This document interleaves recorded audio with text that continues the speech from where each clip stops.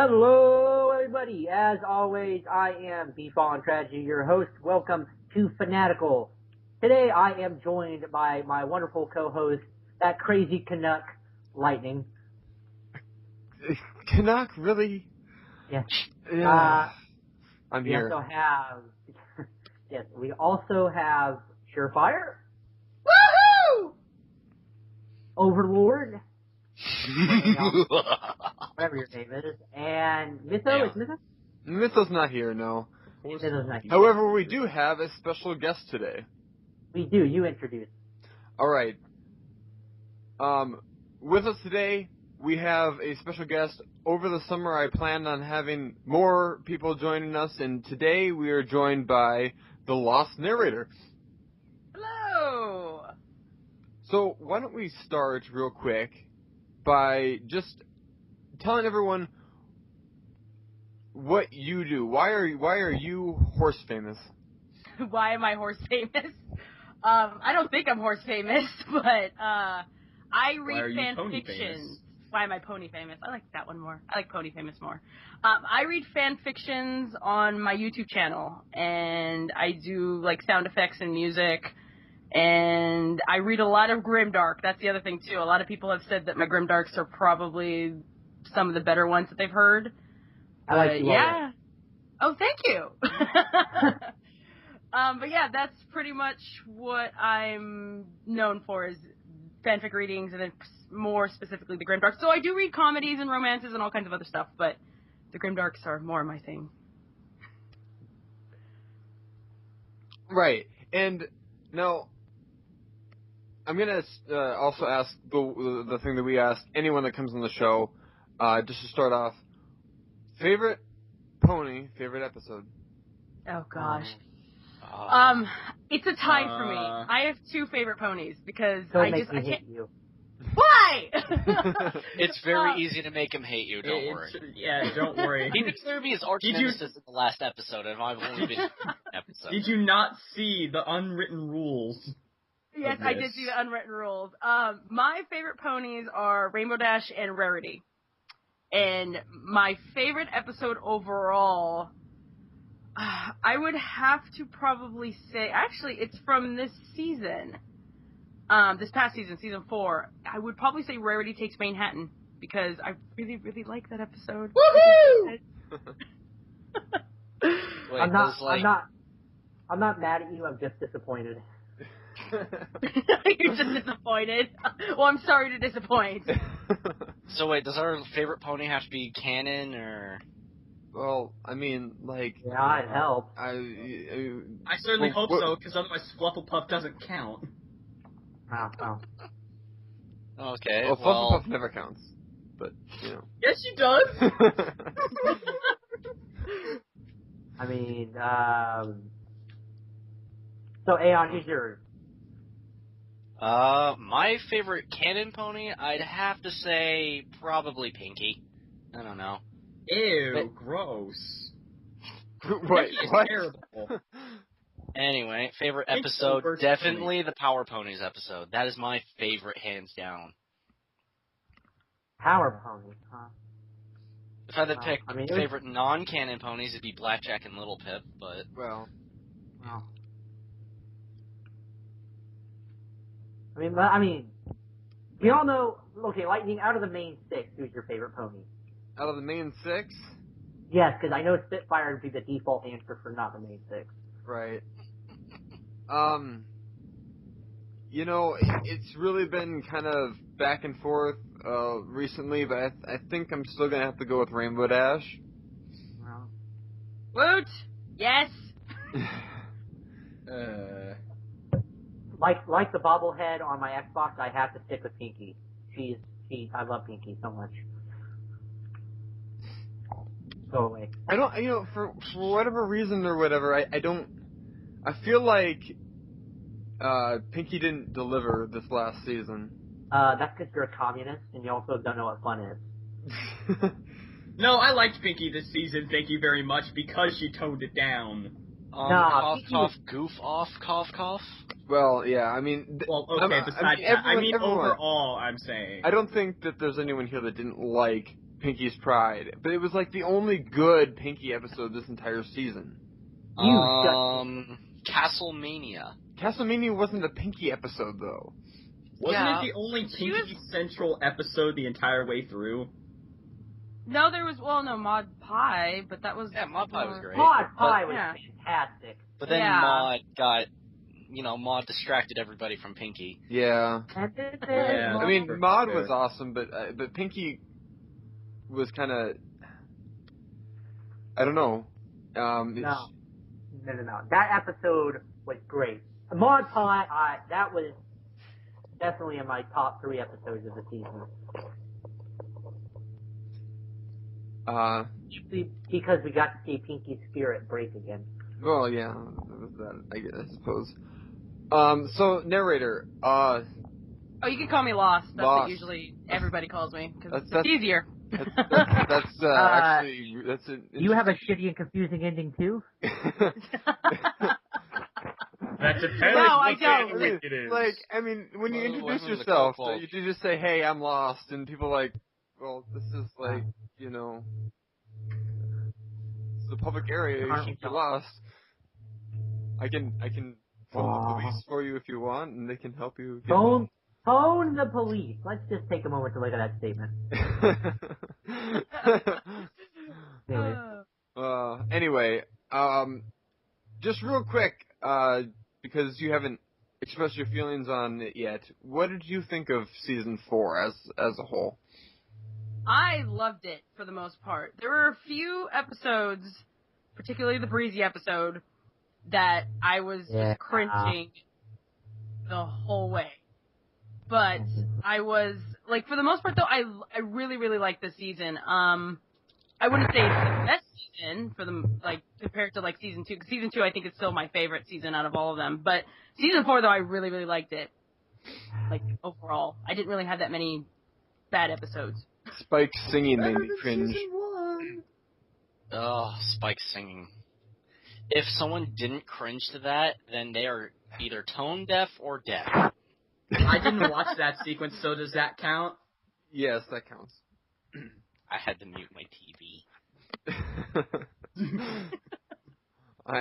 That's the part of the video where you go, alright, let's mute that. Hey, let's see what the chat's saying.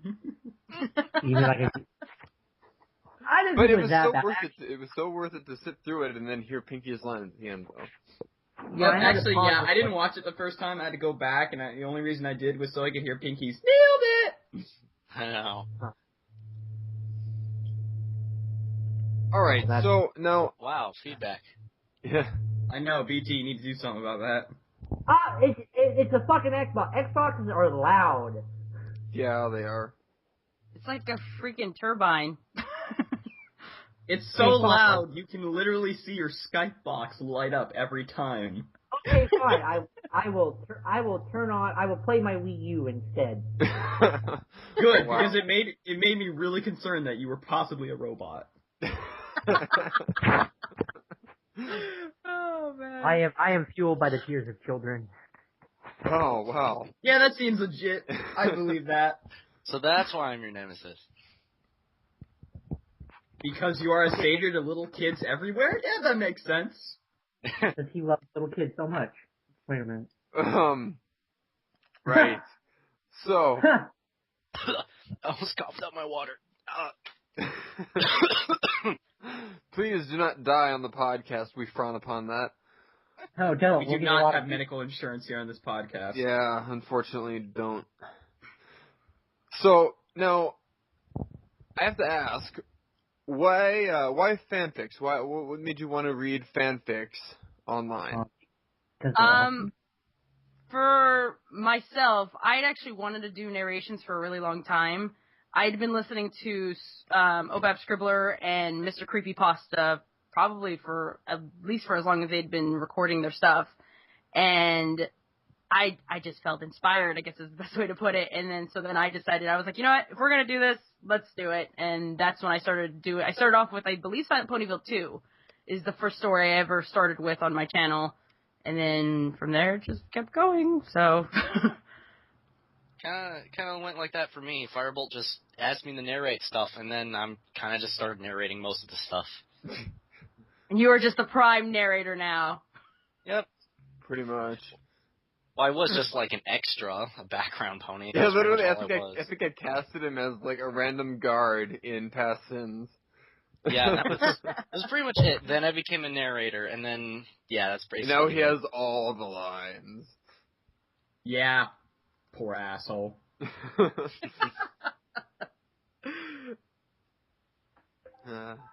Introfar's elusive, so there's that. My one moment of shining glory. You were pretty awesome as elusive, yeah. Yeah. So now, I guess, how about favorites? Do you guys have favorites when it comes to fanfiction? You already know my, like, top 5. I mean, can we get into this? Absolutely. Okay. That depends. Are we allowed to say can we just say the fanfiction title, or do we have to go into what's the content? Well, I mean... Oh boy. If it... I mean, hey, I'm man. just saying. I might have to answer that after you tell us what it is, but anyway. Say it. Never. Now I'm very curious. What is it? Like, Right? Now we want to know. I'm not saying it for myself. Now I'm saying it for other people. Wait, Wait. what? Well, then say it. You can't peer pressure me. Quit Go being away. a bitch. Just say it. No. Nobody will laugh at you. Dude, I've said worse to other people. Nobody but what these if people laugh at you. But what? But what if I want you to lay awake at night wondering what I read? I read almost everything. Let's just get that out in the open. Well, yeah. You know what? Aeon's favorite fics are Fallout Equestria related, so... I've read the 0.5 chapter. Oh, I love Fallout Equestria. It's so great. My favorite. I can't frickin' start Project Horizons because I look at the word count. 1 million? Yeah. And still going! Still going. yeah, that one I tend to... Oh, go on? No, go ahead. Sorry, I was talking to myself. No, that one, Project Horizons, I stayed away from just because of that alone, because I'm like, I'll probably die in the middle of reading that just because of how long it is, and I'm just like, no. I started it back when there were just like 30-so chapters. How many chapters is it at now? Like 48, I want to say. Hang on, I'll look. Wait, I have it open literally in a tab right now. They're on 66. Is it... 66? 66? Like, are they anywhere near being done with it? I mean, Fallout Equestria they're on the final volume. Okay. On the final volume now. Yep. Volume 5 Horizons. Okay. Alright. I stopped reading for an entire year after I finished, like, chapter 33. That was where I went, nope, I'm done. I'm closing the book. I'm going to pretend there was a happy ending. I'm done. Because I'm going to pretend Black Sheep has sex with every pony in the wasteland. Oh, wait.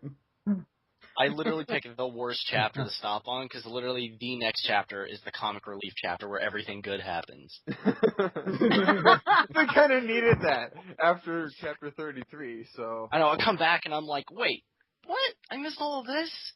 After that, like, extremely grim, sad stuff? Damn it. I should have kept reading. She kisses and screws Little Pip. Well... In more ways than one. And her girlfriend, too.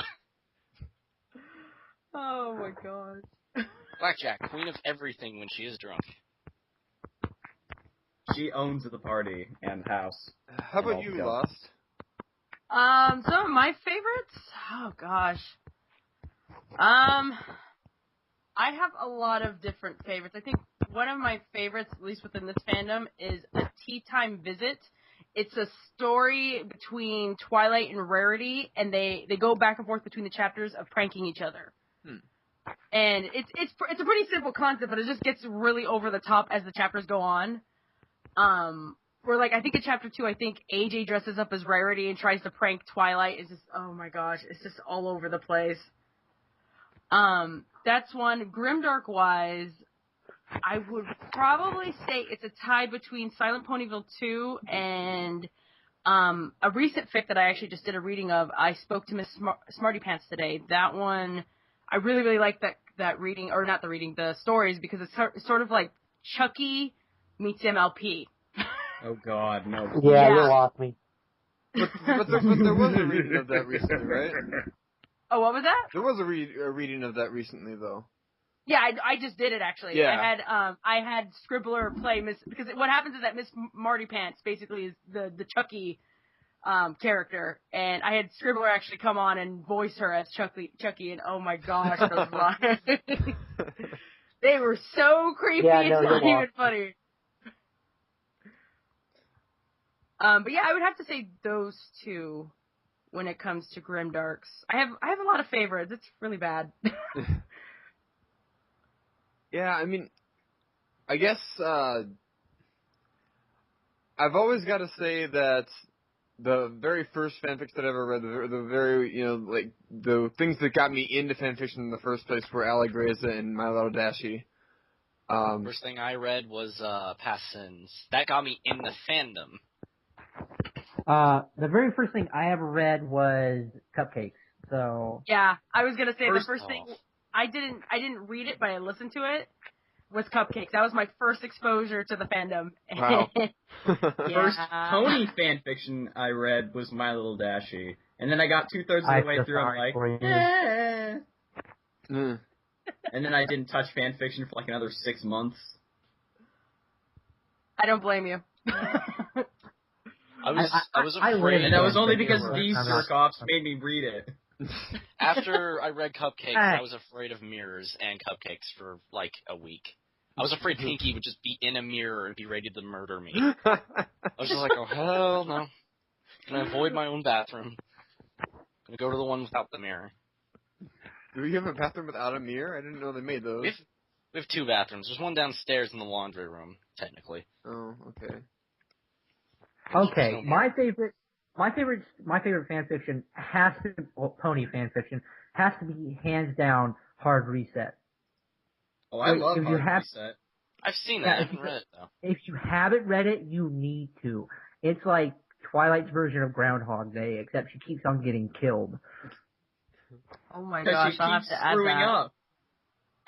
Well, yeah, I mean, here's the thing. Basically, she casts a spell, and she's trapped in Canterlot while it's getting invaded by changelings, and she keeps on dying over and over and over again. And she has to figure out a way to stop the elements of harmony from blowing up, and how to stop the changelings.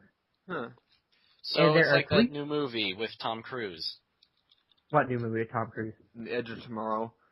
Yeah. Oh, I don't know. Tom Cruise isn't Tom Cruise, and he's actually a coward for once, and it's really cool. Basically, he relives the same day over and over again. Every time he dies, he has to, like, and then he, like, trains and stuff. I haven't seen the whole thing, but I know I heard it was really good, but... Tom Cruise. That's Tom Cruise. Tom Cruise. Tom Cruise. Tom Cruise. He's a cool guy. We get it. It's Tom Cruise.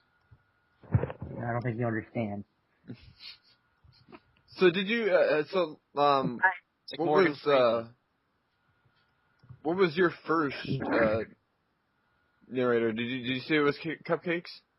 Yes. Okay. My very first exposure to the fandom was Cupcakes, and it was Mr. Creepypasta's rendition of it that I found, because I was following him already.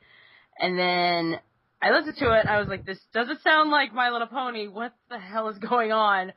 And then I think after that I pulled up Cupcakes HD. Okay. Oh my. Yeah. Oh, sorry. My friend. Wow.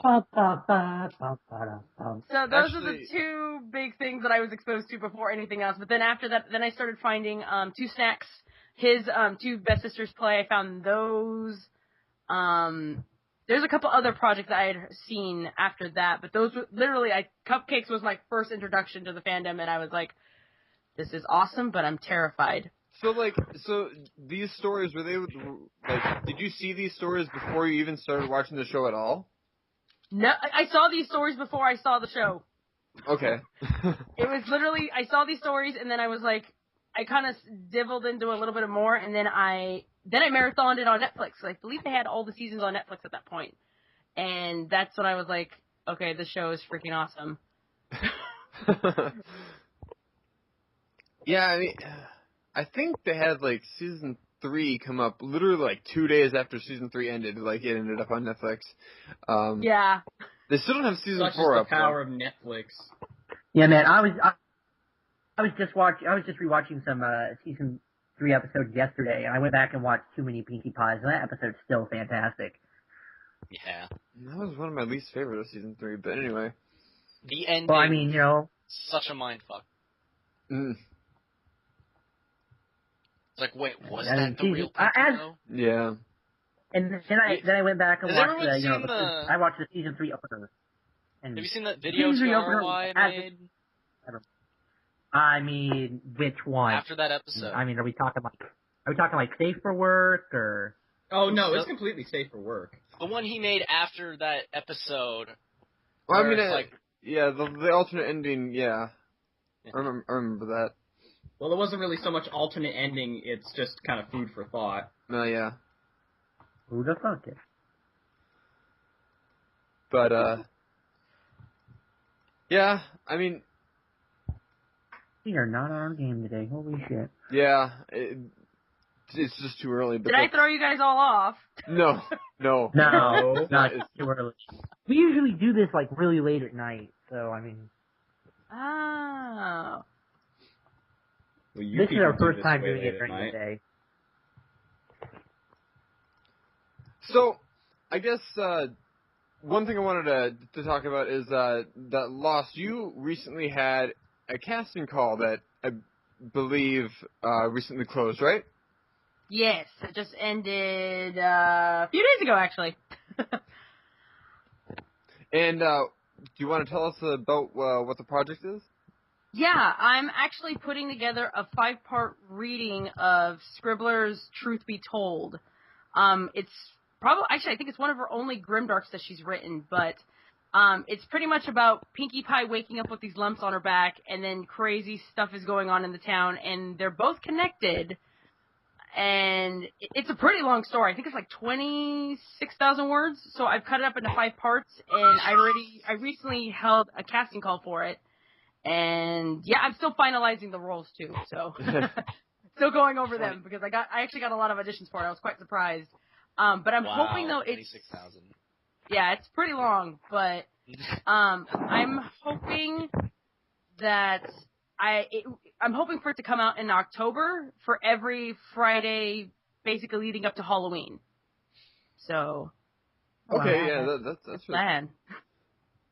It's funny. Just 20,000 words, and I'm like, that's not that long compared to the stuff compared to like Fallout. Well, yeah, compared to like Fallout. That's literally trying to put down everything that happens in a game into book form. Of course, it's going to be one chapter long. is the length of a normal book. Yeah, literally, I was looking through the chapter length for some of the chapters of Fallout Equestria. One of them is 50,000 words.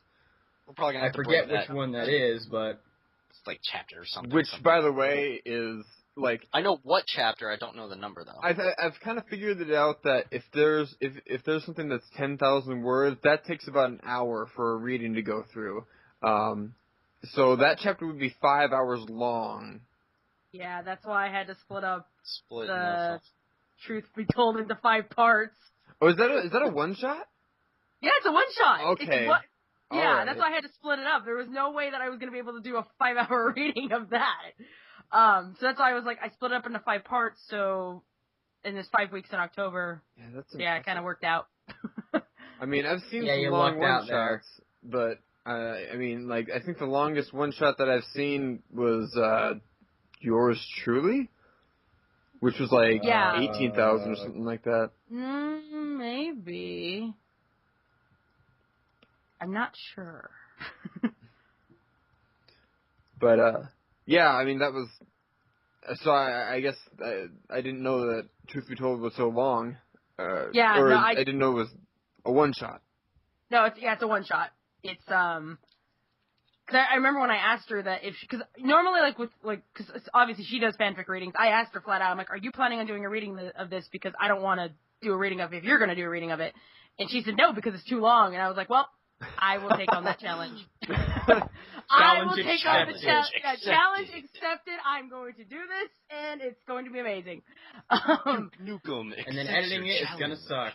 I guess. Oh yeah, I'm not even looking forward to the editing for that because I mean, as it is, like a lot of my readings, like the sound effects layers, and oh gosh, sometimes it's a nightmare, but like the effects are just so worth it. Particularly because I actually did a reading of Cupcakes, and I actually had to make some of the sound effects for the gore effects. Wow. Nice. So all the lovely little squishes and all that. Yeah, like the good stuff. squishes. Yeah, because I couldn't find any on because I usually get most of my sound effects from freesound.org. And they didn't have that many, so I was like, oh, you know what, forget it, I'm gonna make it myself. So I remember I got a pound of ground beef, and I got my snowball, and I just started, like, just got to mess with the ground beef, but it totally did the effect. Yeah, I would have got, like, a rubber mallet and, like, a steak and just went to town on it. Very therapeutic, I have to admit. Pretty much. Foley's the best part of that frickin' process. You get to have fun with that crap. Actually, if you ever need realistic like slap effects, use a cabbage. Actually, A Cabbage. Yeah, a cabbage. You hit a cabbage, it makes the sound effect. Wow. Why would I want to hit innocent vegetables? It's like, what does a vegetable do to you? I'll get back to you on that. I'll make it do something to me. I don't know what yet, but I know it's going to do something. My lawyer advised me not to speak of it again. Fuck! God damn it. Oh. Darn it. Yeah, I'm sorry, I'm playing Zelda. Oh, okay. Which one? Which one? Which one do you think? The only one that's on the Wii U. Wind Waker, yeah. The best Zelda, duh. Ew, Twilight Princess is best Zelda. Oh, get out of here. I'm with him on that one. That's the only one I've managed to beat that kept my attention. I thought it was really good as well. It's just a rehash of Ocarina of Time. No, you're wrong. All of them are rehashes of Ocarina of Time, and Ocarina of Time is the rehash of A Link to the Past. No, it's not. Yes, it is. I never played Ocarina of Time. So, why are we shouting? Everyone likes to shout.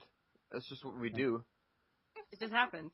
So, Lost, why Truth Be Told for Halloween? I mean, when you do so many Grimdarks.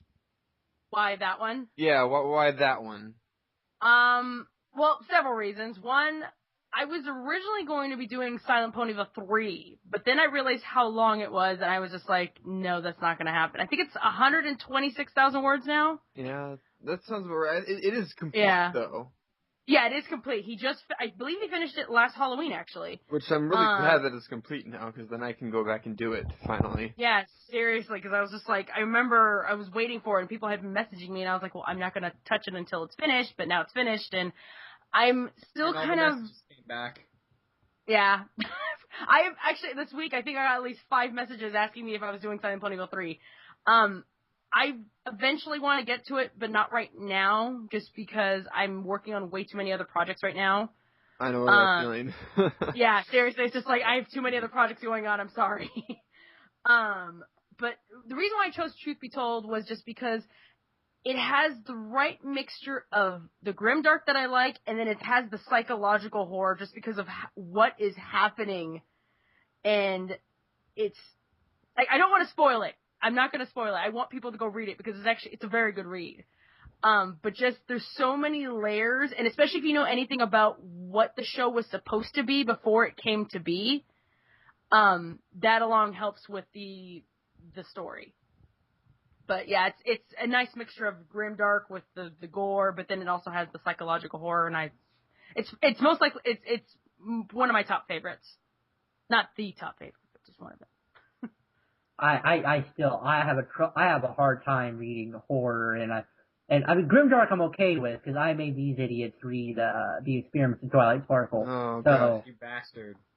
Yeah, but it's just more horror. I can't do horror games. I can't do horror movies. I'm a bitch. Did you ever read? BT, did you ever read Fleeting Light in the Darkness? No, I didn't. Oh god, that was so good. You fuckers did that without me. We've been over this. Well, the one episode he wasn't there for. Yeah. But I mean, that episode never happened. By the way, wait, no, it's out. Yeah, it's out. There's another one. There's an unreleased episode which we don't talk about. Which one was that one? Oh, you mean? Don't worry about it. Final Dreams of a Philly. No, well, no, that one's out too. It has like a bit. Okay. It's another one. I still have it on my hard drive. Don't worry. Or about it. wait. You never put out the Affliction of the Heart. The what? An Affliction of the Heart. Didn't you? You never put that one out, did you? No, we did. I'm pretty sure we did. That sounds familiar. I'm pretty sure we did. I mean, I know we did it. I don't know if it ever got released. An Affliction of the Heart, which... Oh, right, that's a changing one. You know, yeah, that one's out. Yeah. Yeah, that one's out. The one we didn't put out is the one-shot one. The one-shot one. Oh, yeah, the one where we all did our own one-shots. That's right.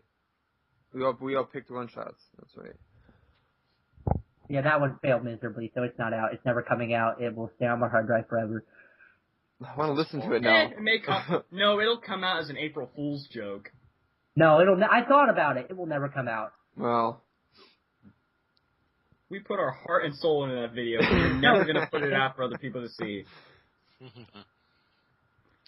So, how could you? You monster. Even though the story I did when I first reviewed it, Lightning's like, oh, that story's too short, it's not that very good. And then he did a fucking reading of it. Wait, hold on. Wait, what? But the story I reviewed was the Battle of Fort Book. Oh. And you said, oh, this story's too short, it's not that good, and then you went on to do a reading of it. Well, did I really? It was the proper length. I mean, it was a really easy one shot that I was able to do for one of my sub specials. But I mean, it was kind of cute. So I guess I don't remember saying bad things about it. Because nobody should ever remember that one. It's bad. But as kind of a tie into all of this and having Lost On and everything, I wanted to also do a general discussion about fan fiction today. Hooray.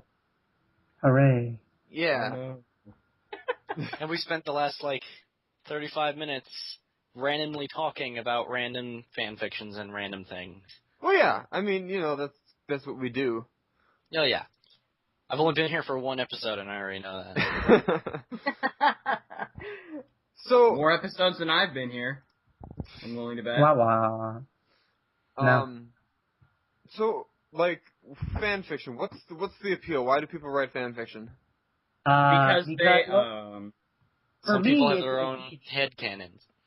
No, for me it's easy. It's the fact that I want to write. That's the thing. I love to write, but I'm still not very good at creating my own universe, and that's what it drew me to fan fiction, because the universe and the rules were already set up. The only thing I had to do was create the dialogue and sometimes create the characters. I'm much better at creating characters now, and I'm getting better at creating my world, and that's what drew me to it.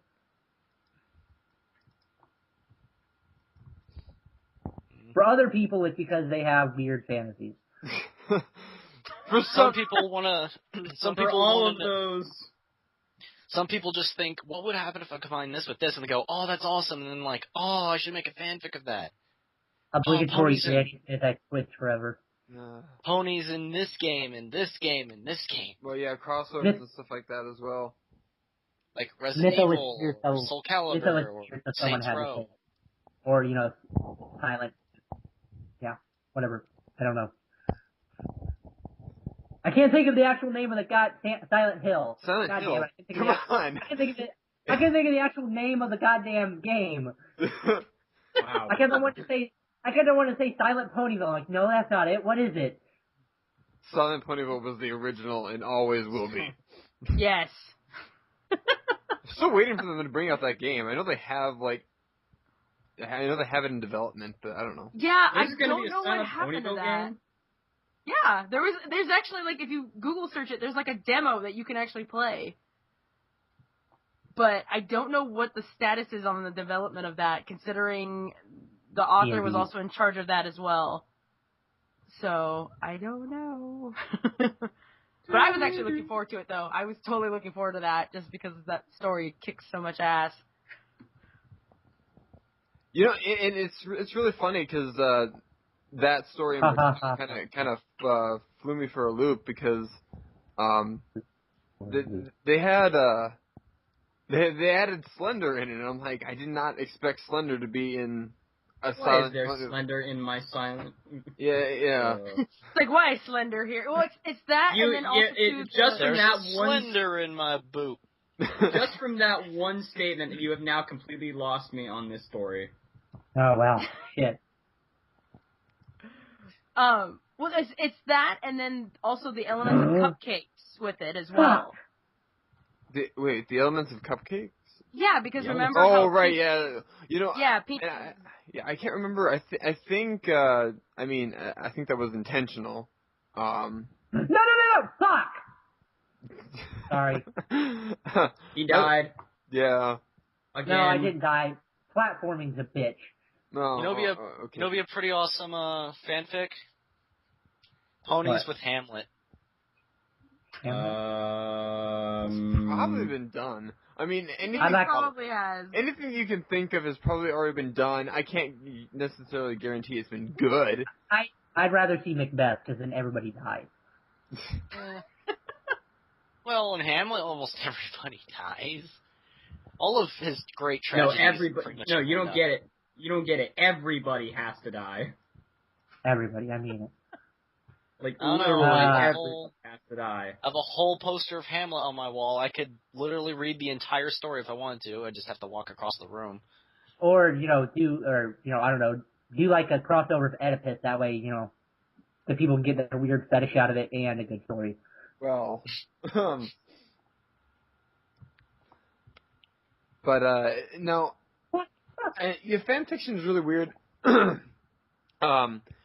My Little Pony was my very first introduction into fanfiction, and I was actually, when I got into the fandom, I was wholly against fanfiction. I never wanted to read a fanfiction. I didn't see the appeal to it, and my friend said, "Okay, well, you got to read these two," and so I read those, and it kind of made me fall in love with fanfiction. Well, we've been over this time and time again. My first foray into fanfiction wasn't even with this fandom, and I'm always embarrassed to say what my first fandom I wrote in was, but it was. As long as it's not Naruto, you're completely cool by my book. It was Kim Possible. That was my first fandom. There are worse. Quite frankly, they have a great. I mean, that, and I read a lot of Avatar: The Last Airbender fanfiction. Read a lot, didn't write it. My first exposure to fanfiction, and I know I'm probably going to get a lot of crap for this, is My Immortal, actually, because someone sent me it. Yeah! Someone sent me it, and it was like, I read it, and I was just like, this is so bad, but it's so good. My Immortal, what is that? All 37 chapters of it. Oh my God. I don't even know what that is. My Immortal. Oh, okay. My Immortal is this, like, you haven't even seen the level of bad that this is. But what it is it's a crossover fic. My Little Fluttershy, or?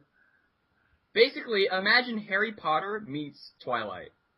As in, like, vampires and sparkling and stuff like that. Oh, and so much Mary Sue going. There's so much Mary Sue going on. It's not even funny. Bad. You have no idea. But that's why it's so good. No. Yeah, exactly. It's one of those. It's so bad, but you keep reading it because it's so bad. Now, My Immortal, when we're talking about something like that, is that what you would consider a troll fic, or was he completely serious when writing this? Which fic? My Immortal, was it a troll fic, he's asking. It has to be a troll fic. Like, it has to be. There's no way that this could be serious. I'm pretty sure even in, like, the author comments, like, before, or at the beginning and ends of each chapter, he specifically says, like, this is meant to be a joke. Okay. I mean, because I think the funnier things, the funniest fan fictions that I've ever read have been ones where the author was completely serious and completely trying to write a good fanfic, and it just was not going well. And Soundspeed is really good at finding those. Oh yeah, him and AR are fantastic at finding those. I mean, My Little Fluttershy was fantastic. My Little Fluttershy? My Little Fluttershy. Oh my God! Can we have you need to narrate that on your channel. Do it. I want to read it just because of the title. Oh God, yeah. It's pretty bad. It's pretty amazing, bad. yeah. I mean, here's the thing. AR and Soundspeed founded a group on fanfiction where they literally go through and try to find all these bad fanfics, and the worst stories that they find, they call Weetabix tier. And it's because of My Little Fluttershy, because in My Little Fluttershy they talk about what Weetabix is, and the fact that Fluttershy likes Weetabix. Oh what the fuck is a Weetabix? No, Weetabix... I mean, Weetabix is really... It's kind of like... It's a British thing. And I live in Nebraska, so I'm as far from Britain as you can probably get. And I can't adequately explain it. Okay, I'm pretty sure Lightning can do it, but... well, I mean, he's British, but that doesn't count. Anyways, Weetabix is basically kind of like, it's like cereal, but it's packaged into like this little, puck, I guess, kind of like, the shape of a hockey puck. And then you put it in a bowl of milk, crush it up, bam, cereal. And the thing is, in this story, this guy goes on and on and on about how Fluttershy loves Weetabix for no adequate fucking reason. I know. Yeah. And so they call the worst of the worst the Weetabix tier. I mean, there was they have some reoccurring authors. Like there's one like they deliberately go out of their way to consistently write it that bad. Right. Like there's one guy called Ace Attorney Fan, I believe. And he wrote some of the worst things ever. I think one of the worst was Private Ryan in Equestria or whatever. Oh God. Saving Private Ryan from Equestria. Why did you ever want to do that? Why not? And then there's the obligatory Spiderses and things like that. Oh gosh. Oh wait, is that guy that makes like the really cool animations on YouTube? Oh, what's that guy's name? I'm subscribed to him. Well, I mean, no, are you talking about like Rainbow Dash Presents?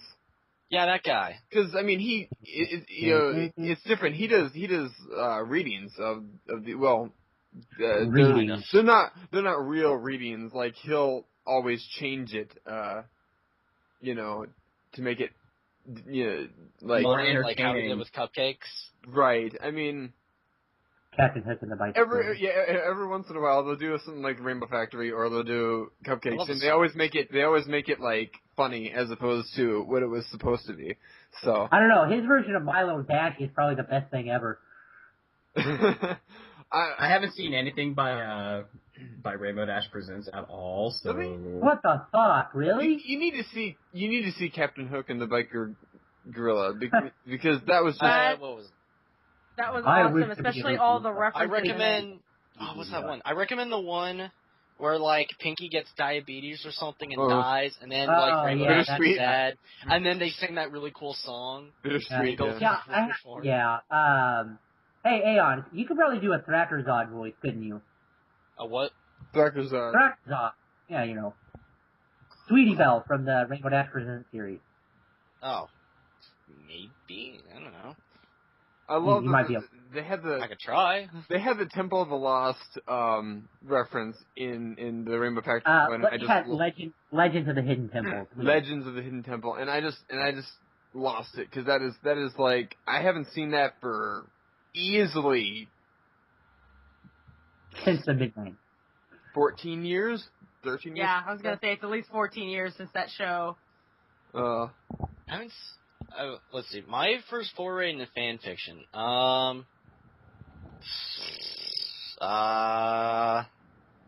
That's a tough one. The first things I barely remember reading was probably Kingdom Hearts fan fiction. Way back when. One giant groan. Yeah. Kingdom Hearts has its own shit it needs to figure out. Like, let's put it like this. The story doesn't even know where it's going at this point anymore, to the point where the fan fiction seem less absurd than the actual game. Well, I guess we'll see what happens in Kingdom Hearts 3. So. The story's confusing. Yeah, that's what I'm just waiting for. I'm waiting for Kingdom Hearts 3 because I haven't played any of the intermediate games except for, what was it? Chain of Memories. That's the only one I played in between those. So I'm going to see if I can keep up with the actual story. I have, but I gave up on it. I think if you play them in release order, you're gonna be lost as fuck.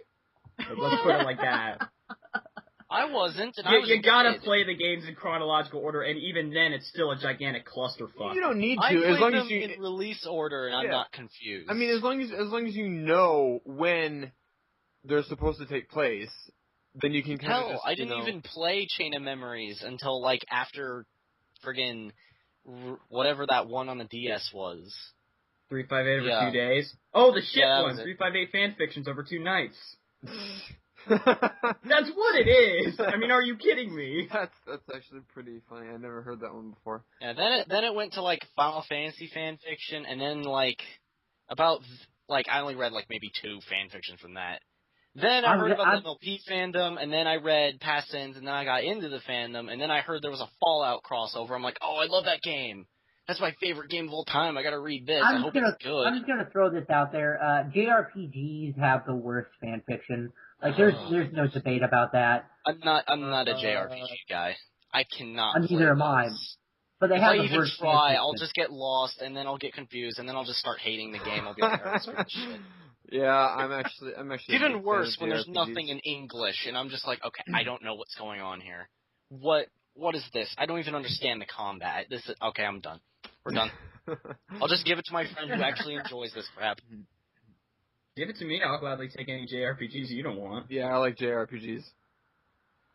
God damn. Yeah, we've had this conversation. And I only kept it because I accidentally bought like a limited edition thing. You accidentally bought it. I don't know. I don't care. I gave back Final Fantasy 13 after I saw it had 4 fucking discs. 4 discs. It has 3 discs, thank you very much. No, it has 4 on the Xbox 360. I got 4 discs of that. For which game? Final Fantasy 13. It had like 4 discs. What? Oh, yeah, for the discs. It's for 3. The Xbox. On Xbox I'm it has holding it in my hand right now, and it has 3 discs. I'm holding it in my hand. It had too many damn discs. too many damn discs. Final Fantasy 9 has 4 discs, and it's a PS2 era game. Yeah, that's too many. That's how you know your game drags on. Wait, Final Fantasy 9's a PS2 game? I think so. I never played it. I thought it was a PS1 game. I don't know. I never played it. I mean, GameCube. Final Fantasy 7 has like 3 discs. GameCube was Final really Fantasy bad 7 with has that. 4 discs. Are you kidding me? It does. Final Fantasy 9 is a PS1 game because then Final Fantasy 10 came out on the PS2. Yeah, thank you. I own Final Fantasy 10, 10-2, 12, 13, 13-3. Fucking 10-2 and 13-3. That's ridiculous. Well, hey, I like 13-3. 10-2, I found actually way better. About? Oh, 10? Also, apparently, just to let you guys know that they've announced that we're going to see something for Final Fantasy 15 at E3 this year. I'm fucking excited as shit. Yeah, I enjoyed 10-2 more than I enjoyed 10 because 10 was just a crappy romance story with great gameplay. Which one was Dirge of Cerberus? Dirge of Cerberus was a Final Fantasy 7 spinoff. A really awesome one because Vincent's a badass motherfucker. It was for PS2, so it had awesome graphics. And it had shitty controls, yeah. I never played it myself, but Vincent's a badass motherfucker. He's like one of my favorite characters of all the series because he's so fucking cool. Because he's the only character with the sense to hold a gun in a game where everybody else uses fucking swords, her fists, and other assorted weapons. Sad thing, I like him more because he always has something cool to say. Whenever you talk to him, he has something awesome to say. He doesn't just, like, stay silent like Cloud or some bullshit. He'll actually say something what are you talking about? Cloud, he's like, he'll just be like, whatever, okay, not interested. And it's What are you talking about? The original Final Fantasy VII, he was a happy-ass motherfucker. He talked all the time. That's if you're control. Well, yeah, but still. I just beat 7 yesterday, too. I think you're a bit I'm in the behind the process curve. of playing 7, because I've tried playing it multiple times, and each time I'd get like 2 hours in, I'm like, alright, I'm gonna get back to this. And then I wouldn't play it for like 6 months. Fucking one-winged, silver-haired, black-coat douchebag. Who was Cloud's Kicked boss. his ass. The Sephiroth. I kicked his ass. Fucking jerk. Okay, anyways, what were we talking about? Right. So how We were about on that fanfiction? Fanfiction. Fanfiction. No. We got sidetracked by Final Fantasy. Right. It happens. It always happens. Aeon, it was your fault, so I blame you. I know, I'm sorry. Don't Don't fire me. But, We no. can't fire you, because then we'd be down one person. I know. And then I'm stuck with these Firebolt. people. He's Firebolt, though. He can fire anyone. Really? We already lost Amelia. Let's not lose anybody else. How did we lose Amelia? I don't know. She just never showed up again. She hasn't shown up in like a month and a half. Has it been a month and a half? Huh. Yeah. But, I lose track of time. So, I mean, going back to the topic at hand, with fanfiction, when I started reading MLP fanfiction, what I was really surprised about was the genres, because there are genres I'd never even heard of. BT, I think you've always had a pretty good rant on slice of life. I don't. That's not a real genre. That is not a real genre. We've been over this on Fanatic Fiction, like a year ago. I don't believe it's a real genre. Sure it is. It's just the other genre. Well, it's like, what's the difference between slice of life and normal? I mean, yeah. Here's the thing. I think if you result into tagging your story as slice of life, just don't write. Just don't give it a genre, because then you're just writing. There's literally nothing. You're just writing stuff. Well, I think there's probably no story to it. Don't you need to have at least a tag? I think you need to tag it with that's the problem. That slice of life tag is for people who have no other tags to give. Slice of life is usually a story that can be contained within itself, and there's no means of it actually branching out anymore. It's basically just a snippet of life, and that's it. It can be done pretty well, just depending on the author. I mean, I've read some really good slice of life that actually, Blue Ship he writes a ton of slice of life, and some of his stuff's really, really good, but it's usually mixed with comedy and other tags. But here's my problem. Most of the slice of life stuff I read, they really don't have a story. There's no plot. There's no character arcs or anything. It's just stuff happening. And forgive my classical education, but I believe in stories stuff needs to happen, and there needs to be an end goal. That's usually what slice of life is. It's just stuff happening. Some people like that. I don't understand that. Maybe it's just me though. It's like introduce the characters, then introduce a plot, then introduce a problem. They try to find a solution. They find the solution, then clear resolution. It's like, let's go over the plot. He's the kind of person who goes into a Godzilla movie expecting there to be fighting within the first 10 minutes of the movie. No. I prefer build up, which is why I loved Maleficent. It had good pacing. Did you see the Godzilla movie, by the way? I haven't seen the Godzilla movie, no. No, I haven't seen it either. I got sidetracked by X-Men and then Maleficent. I don't really care about Godzilla, so... Yeah, but it's Godzilla. Oh, no. Can I rant about something real quick? I'm just going to go off on a tangent here. Sure. Zilla. X-Men Days of Future Past. Okay, this pissed me off. I saw this movie. And, spoilers for X-Men 3, if you haven't seen that movie, it came out in, 2006. Professor X died in X-Men 3. Right. And now in Days of Future Past, he is back. And I asked myself, I'm like, well, how is he back? How does this work out in the X-Men canon? Didn't you see the Wolverine? Yeah, I saw the Wolverine. I saw the end scene. It's like, he showed up again. It's like, okay, but how the fuck did he get another body? And I figured Explain this it out. in X-Men 3. This isn't Metal Gear Solid, okay? No, they didn't. Put it like that. They showed him waking up in a coma patient, but here's the thing. That coma patient was his brain-dead twin brother. He basically took him over. Yeah. Okay. That's how he has blood. It's in the comics. It's in the movies. That doesn't make it right since it's in the comics. God damn. I mean, this is cinema. Take some shit out. Well, no, I mean, I think... No offense, but comic book writing can sometimes be a little bad. That's true. I think people would really bitch about it if it wasn't close enough to the comics, though. Didn't we talk about a few weeks ago on I forget, we talked about it once how they tied in the Spider-Man universe with the Spider-Man movies. Yeah. Yeah. I mean, sometimes comic writing is shit, and you just have to ignore it. Hey, it could be worse. There could be like a Deadpool movie. I mean, don't get my hopes up. I'm still waiting for it. Deadpool movie wouldn't even be a movie. It's just him trying to have a conversation with the audience for 2 hours. Before he eventually gets bored and he starts shooting people in 3D. In 3D. Oh, wow. That's how the movie starts. Like, just like, hey guys, I know you all came to see my movie. Share that popcorn with me. Yeah, you. Well, here's the thing. I think Ryan Reynolds, he's only pushing for a Deadpool movie. He'll only act in it if it's R-rated. So he's pushing for it. Well, so Ryan Reynolds wants to do Deadpool. Yes. Wasn't he already Green Lantern? Yes. Yeah. Yes. He's Deadpool and Green Lantern. He was do that. You have to pick Yes, one. you can. Get one. Yes, you can. Dude, he Chris, broke the fourth Chris wall as Deadpool and became the Green Lantern. Dude, Chris Evans is Captain America and the Human Torch. Well, no. Come on. They have to change that, don't they?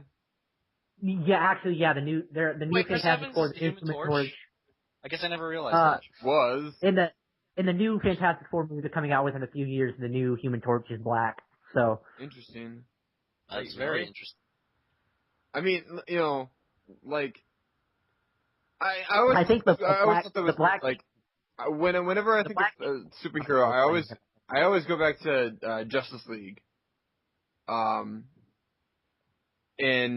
Green Lantern. Green Lantern should be black. That's how I remember him. As somebody who grew up around a huge Green Lantern nerd, that is my father, in reading all the original comics, no, the Green Lantern is white. In the majority of it, he is white. There's Hal Jordan, there's Kyle Gardner, there's Guy, I can't remember his last name. God damn it, he's like the Doctor. No, it's just different Green Lanterns. I mean, he doesn't die. I mean, Hal Jordan, he's a bit of a bitch because, I think what was her name? His love interest, Carol, she died, and then he went and massacred the entire GL Corps and all the Guardians, and then became the most powerful villain in the universe. He's a bit of a bitch. Okay. Sounds like one. He became the Spectre, and then Kyle Gardner put his ass down. Sorry, I'm going too much into... Yeah, I love Green Lantern, so never mind. Let's move on. Let's do comic book fanfics now. God. Okay, then we'll talk about a fanfic that I love. I found it... This author did two different versions of the same story, one for DC and one for Marvel. It was a Halo crossover where Master Chief fell into those universes, and those are probably some of the most well-written stories I've ever read. Is Master Chief... Because they have competent writers behind them? No, it's just because they're really good fan fiction. I like crossovers. I like crossovers better than anything else. If you can pull off a good crossover, then you're a fantastic writer, in my opinion. Well, okay, now really hard. We were talking about bad fan fictions a little bit earlier, and I just remembered what I believe to be not just MLP related, like the best fan fiction, the worst fan fiction ever written, regardless of what it is. Was Half-Life Full-Life Consequences. Well, technically, here's the thing. It's like, can it be bad but still really funny and entertaining, or is it just like legitimately bad to the point where you don't want to read it? Well, no, I was literally thinking about. No, there's probably a lot of clout fictions that are that bad. Well, yeah, but I think when it comes down to bad fan fiction, it's very subjective because a lot of people can say that bad fan fiction could be poor misspelling, bad grammar, things like that, poor structure. And then another person could be like, well, this is a bad fan fiction because of the subject, because this is a terrible, terrible subject, and why is someone writing this? It varies. Those, yeah, but what was that? But at the same time, I said I've seen a few of those about the subject matter. Well, yeah, but I mean, like, have you guys ever read Half-Life: Full Life Consequences? Yes, I have. It's everything bad wrapped up into one. Bad story, bad grammar, bad premise. What are you talking about? The story's amazing. 11 out of 10 should be made into a movie. It was already done. They did that for the Anthology 3, but... Wait, really? They made a Half-Life Full Life Consequences movie in the Anthology? No. Well, it was My Little Pony. It was My Little Pony, related. I mean, like, they just changed the main character to John Dash. John Dash. But, yeah, I mean, you know, we read that story all the way through. I don't remember if we recorded that or not, but it was just so horrible. I mean, but it's so funny and amazing. I don't know. I mean, there's one. I remember back in my days when I used to, listen to Celestial Radio every night, all night, and I'd join in on their IRC chats and in their calls and shit like that. And we read this story. It was an MLP fan fiction where this one guy was reading it. It was Fluttershy basically fucking Bloomberg, and it was possibly one of the worst things I've ever heard, especially since the fact that I was crying from laughing because it was so bad. It sounds amazingly bad. Well, yeah, but that's... Yeah. It was pretty amazing. I think when it comes it's pretty bad. I think when it comes to Clopfic, so there's just a lot that's really badly written. I saw one based off of that dumb Miley Cyrus song that was really popular. Which Wrecking one? Ball? Which one? Yeah, that was it, Wrecking Ball. Oh, okay. It was basically just a Princess Molestia thing, and they based the whole thing off the song. She's even singing it while she's doing stuff. And I'm just like, I read like 2 lines of the story. I'm like, nope, we're done. Throw that one away. I've done that a few times, yeah. It's like I want to just tear the screen off my computer, crumple it like a piece of paper, and just throw it. They're like, yeah, that never happened. Nope. Now I'm gonna clear my search history because it was that bad. I feel like there's some genres like were created for MLP, like. I had never heard of friend shipping, but apparently friend shipping is a real thing. Like, that's an actual tag. It's an amazing tag. Yeah. It's a great tag. They're friends, but you don't want to ship them romantically, so you ship them as friends. Yeah, but everyone ships them, though. I mean, come on. I'd say half. Of all of every story on fanfiction is shipping. Can't confirm. Can't confirm, but I would believe it. I mean, yeah, I would too. Even if it's not focused on shipping, there's always shipping in it. Like, for example, I'm going to be doing... With all the stories I've written, yeah. I'm going to be doing Who You Are as one of my projects right now. And Who We Are is actually a really good story about, like, one of them is a changeling and they have to find out who it is. But there's random shipping... It's Twilight. It's obviously Twilight. There's random shipping in the background because it's got Pinky Dash. Yeah. That's a fantastic ship. Especially after reading Cupcakes, it's like, okay, let's try to make up for that. Oh, man. Let's have in every other fiction. Let's have them be really good friends. Or really good friends, right? Or you do what I did, and in order to get revenge for Cupcakes, you make a Rainbow Dash completely crush Pinky Spirit. Or you No, don't do that. Yeah, I believe that's what happened in Love Conquers All, actually. It was, yeah, it was. 100%, yeah. But, don't do that. Anyway, no, I actually do like shipping, though. And, like, for example, I think right now my favorites are, Apple Dash, Twidash, and Tabby Scratch. Gonna have to go with apple pie for this one. I think for me, it's like Rarajack, Octavia Scratch, Yes. and like almost everything else is pretty good. Little Pip Homage, right? Oh yeah, Little Pip Homage, Little Pip Blackjack. Wouldn't it be Homage? Is your name really Homage or is it not Homage? You know, I always pronounce it Homage. Honestly, I don't think there's anything. I mean, unless you talk to K-Cat, you're not actually going to get like how it's supposed to be said. And even then, K-Cat would probably just be a gigantic troll and say, however you want it to be pronounced. Right. Yeah. I always pronounced homage just because that's probably the word. Well, I mean, I've heard I always like every to think, hey, it's a homage to Three Dog. Yeah, it's an homage to Three Dog. I mean, you know, it's not an English word, so. Yeah. I mean, I've heard homage before, but... No. Kidding, no. Sorry, my cat was trying to get at my graham crackers. No, graham crackers. He really likes graham crackers. My cat likes Cheetos, that's why he's named after them. Yes, I said your name. I'm not going to say my cat's name. It's embarrassing. Oh, God. Well... Yeah. Lightning knows. Yeah. I know. Was it Mythos? So you don't know How did you come up with that name?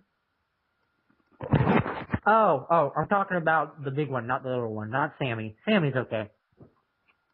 You can, now that I think about it, you can pretty much ship Twilight with almost anyone. Since I was gonna say, I feel like her and Applejack get shipped the most with everybody. I would say Rainbow Dash. No, Rainbow Dash gets shipped with everyone. Yeah. Yeah, Rainbow Dash. Rainbow Dash X Kitchen Sink. Actually, I think the only thing I haven't seen a lot of was Rainbow Dash X Rarity. That's the only one that I... That's like a ship that, like, it happens well, that's because realistically... it's not common. Realistically, though, if we were serious, there's no way Rarity or Rainbow Dash would ever spend a day with Rarity. Well, no. But then... Like, then even you have, Applejack would, But then you have,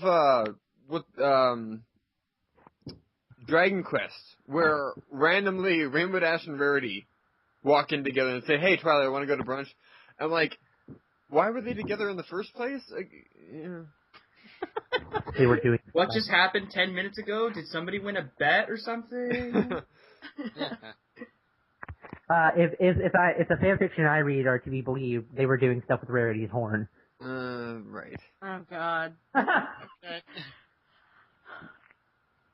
The groans. I revel in them. The trick is just to not groan, therefore he cannot feed. But no, go ahead. Usually with shipping, I'm usually pretty open to most of it. I do have my favorites, like Rarajack, Flutterdash, and Octoscratch, but I've read some fics where the ship was believable. I'm actually working on one right now. It's a Vinyl and Rarity ship fic, which I never thought that those two would actually be able to be together and actually be believable, but the story pulls it off. I mean, yeah, Octavia and Rarity are basically, they're pretty... Almost the same. Pretty much the same, yeah. Obsessed with they're music, interchangeable. We could just change those two out. Well, I mean, I guess, yes, if you have someone that's similar, you just replace Octavia with Rarity, and then it's still the whole opposites attract thing that tends to work with fanfiction. Gotta love that opposites attract. Yeah. What would that ship be called, though? What would that Rarity Scratchity? Scratchity? That sounds like a terrible term for what happens when your record starts scratching. Rainal? I mean, what would it be called? I'm lost. Rara Scratch? Rara Scratch. Vinylity. No. Vinylity. That sounds horrible. Rara Scratch. I don't know. Yeah, I would say Rara Scratch would be it. Can we just call him Rainal and just, like, try to... well... I guess we just did, but anyway. Now,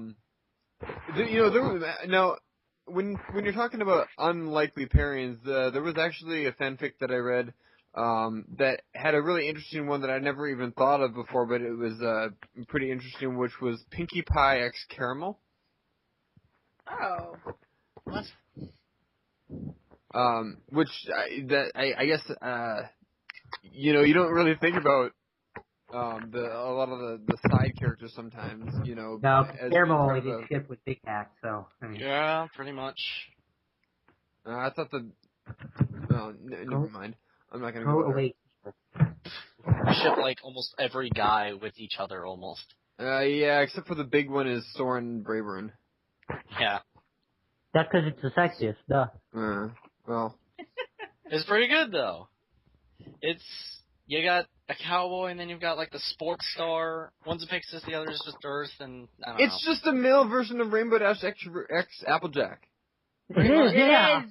I like that ship because my headcanon says God damn, I can't talk now. Applejack and Rarity. Words. Drawing blanks over here. This is weird. What? I can't talk. Well. Like, I go to that subject and then I get words confused with words. Well, that's a bad problem to have. Yeah. Lightning has that problem a lot of times too. Don't worry about it. I never suffer from it because I usually just have nothing to contribute to the conversation. It's a good thing we don't have a script for every episode. Oh God, no. I would who hate want to be the person that? who has to write the It's script. like, Firebolt, could you send me the script again? Oh God. No, I so realized halfway through, we have a script? That'd be an exercise in seeing how offensive I could get while writing. That wouldn't even be... like, how many euphemisms can I use? The only reason you'd ever do it is just to see how much he can fuck with you, just to see how much you'd actually say before you realize, wait a minute. Now, BT, you are the bestest friend I've ever... Wait a minute, why would I ever say that? This is completely out of character. BT, you were completely right about the season 4 finale. Wait, that's not right. And you're handsome and amazing. I love you. Oh. Now, okay, one thing I've always been, like, when it comes to other tags, they've got 3 of them that I feel like could just be wrapped up into one. They have sad, dark, and tragedy that all No. There is a difference. They're all supposed to be There separate. There is a difference. Except for when I see a sad story, like they're all 3 of those tags are present. I mean, usually you'll see all 3 of them together. Yeah. That's because they work very well together, but they can also work separately. Like Final Dreams of Philly, that was a sad story. Yeah. And a tragedy. And a tragedy. But it wasn't dark. And dark. it's something like what's that story with Celestia going into the catacombs or into the old castle? Into the depths? Into the depths, yeah. Like that was dark, but it wasn't sad or a tragedy. I think all 3 of those tags combined is just grimdark. I suppose I guess it was that, yeah. I would agree with that. I mean, you know, grimdark, you know, it can be other things like it's either going to be sad, tragic, and dark, or it's just going to be extremely gory. Like, I don't think. Well, then there's a tag for that. It's called gore. Well, I don't think there's actually a gore tag though. Yeah, there's not a gore tag. There is. No, there isn't. You have to tag it yourself. Where? Like, are we talking about fanfiction? I'm talking about fanfiction, you know, specifically. Okay. I don't know. Because I rarely go there. I go to fanfiction, like, almost always just for, like, side fics for Fallout Equestria. So see, I got tired of fanfiction.net format, so I gave up on it. I never liked it. I gave up on it mainly because my school started blocking it, because apparently someone in the school was, like, reading plot fictions, apparently. Well, I even met the guy. I'm like, oh, so that's why I can't access this website now. It takes one to screw it up. Yeah. I know. That's because they like monitored whatever you were doing on the school laptops. Oh God. And one guy. Why? Why would you? How would you read it at That's school? what I was thinking. Like when I do the Fallout fix, I'm like, okay, I know this gets grim and bloody, and they'll probably be like, oh, why are you reading something that involves shooting people? So I'll just. Like, I'll load the page, and then I'll disable my internet connection, and I'll just read it offline. That way, they can't watch me read it. That's whenever they ask, when they ask why are you reading something that involves shooting people, you just look at them, give them a creepy smile, and go back to reading. No, I'll just be like, I believe in our official library just over there, we have much worse stuff. We have Stephen King books over there, by the way. Or you go, this is America, we have the right to bear arms, I'm reading about guns. God. Like, why are you reading a book about miniature horses shooting each other and then, like, rape and because then death? It's awesome. I'm like, are you kidding? This is amazing. This is my favorite video game combined with, like, probably my favorite TV show to date. Screw you, I'm going to keep reading. Just ask him. I'm about to get to the part where Blackjack kisses Little Pip. What is wrong with you? This is so good. Spoilers, Blackjack kisses Little Pip in case you didn't hear me the first, 3 times. Okay. And even then, it's pretty common knowledge, and it's not really that big of a spoiler. Okay, so I've been listening to an audiobook version of Fallout Equestria, right? I'm pretty sure, because, when I'm at work, I just put in my headphones, I usually listen to music, but I've been listening to books more often. And how does Project Horizons tie in to Fallout Equestria? It pretty much happens at the same time, just in a different place. Like, you'll occasionally, hear radio broadcasts about what's happening in, Little Pip's area. But at most, Blackjack one chapter, she goes to, Ten Pony Tower after stuff happens. I'm trying to be spoiler-free here. Little Pip doesn't remember this if you've read that far enough Fallout Equestria, because, for a Batman Gambit plan, she gets her memories put into memory orbs. So that way she doesn't know the whole plan, so she can trick someone. But basically, one of those memory orbs probably contained that night. No, it wasn't Red Eye. It was the goddess. Yeah. Oh no, yeah, it was so that the goddess wouldn't know their plan since she can read their thoughts. I have another question. In chapter 7 or 8 or something like that, whenever we first see Velvet Remedy again. Yeah. Little Pip kind of, I guess, crushes an Alicorn with a train car. Oh, that was the best. Yeah. Where the hell did that Alicorn come from? Maybe I'm not far enough into the universe to understand. It was stated that the Alicorn was already in the camp. It's just when all the killings started happening, Alicorn was having trouble finding Little Pip. No, where did the Alicorn come from? This is not like... It just walked up, maybe it flew, teleportation. You know what I mean, why is there an Alicorn? Do you want the actual reason, or do you want the... Do you want why it was there, or do you want why it exists? Why it exists. That is a very long story. Stuff happened during the war. Let's put it that way. If you want a longer explanation, I could probably tell you later. All right. Or you could just wait for us to get that far in the fanfic reading. All right. I know the whole story, so. Yeah, except for this fanfic reading, I mean, I can't even begin to think about how long this is going to take. It's 3 times longer than Past Sins, and Past Sins is a 2-year project. Looks like you got a 6-year project then. Yeah. Math. It's amazing when you know how to do it. Because I do not. Editing, or? No, math. Math. Oh. Math. I'm like, wait a minute. Editing's complicated, but it's easy to do. Yeah. It's time consuming. It's easy to do, but it's time consuming as hell. Are you kidding? Yeah. Yeah. Mm-hmm. I used to edit my own videos back when I sucked at doing stuff. Back when you didn't have somebody else to do it for you. Yeah, back when I had a very terrible microphone and terrible recording equipment. Yeah. I tried doing playthroughs, but I only got, a playthrough of 2 things before I stopped. I was just like, no, I'm bad at this, I need to stop. There's one thing I ever want to do a playthrough of, it's Civilization 5. I love that game so much. Just gotta hope you don't get Gandhi. So, now... No, I'm gonna... We don't talk about Gandhi. No, he's evil. Lost, Contrary in addition to fanfiction, you also do comic dubs, right? Yes. I've recently started doing that. Well, that's a recent thing, okay. Yeah, about a few weeks ago I started doing it, just because I was like, oh, let's start doing comic dubs, why not? So that started We did happening. one of those, didn't we? This isn't a bad idea at all. Pretty much. I think we did a comic dub once for like a subscriber special. I put out a preview to the comic dub that I'm working on, which, I mean, right now it's kind of on the back burner because I've been focusing on other things. But yeah, I want to do a comic dub of the first arc of the IDW comics because the Return was that? Was that like the Chrysalis one? Yeah, the Return of Chrysalis is just awesome. That entire arc is amazing. I have one or two of those comics on my shelf behind me. I don't have all of them. Or the first one, for that matter. Well, I have them all on Comixology, but I don't have any, like...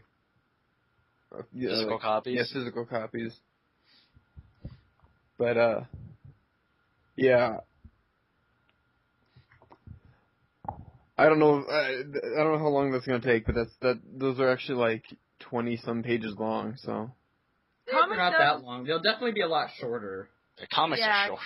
Yeah, they're pretty they're short edits compared to like fanfic readings. Yeah. Well, I think the audio can be shorter. Like the audio, yeah, there's only like 1,000 words or something like that for like a 20-page comic.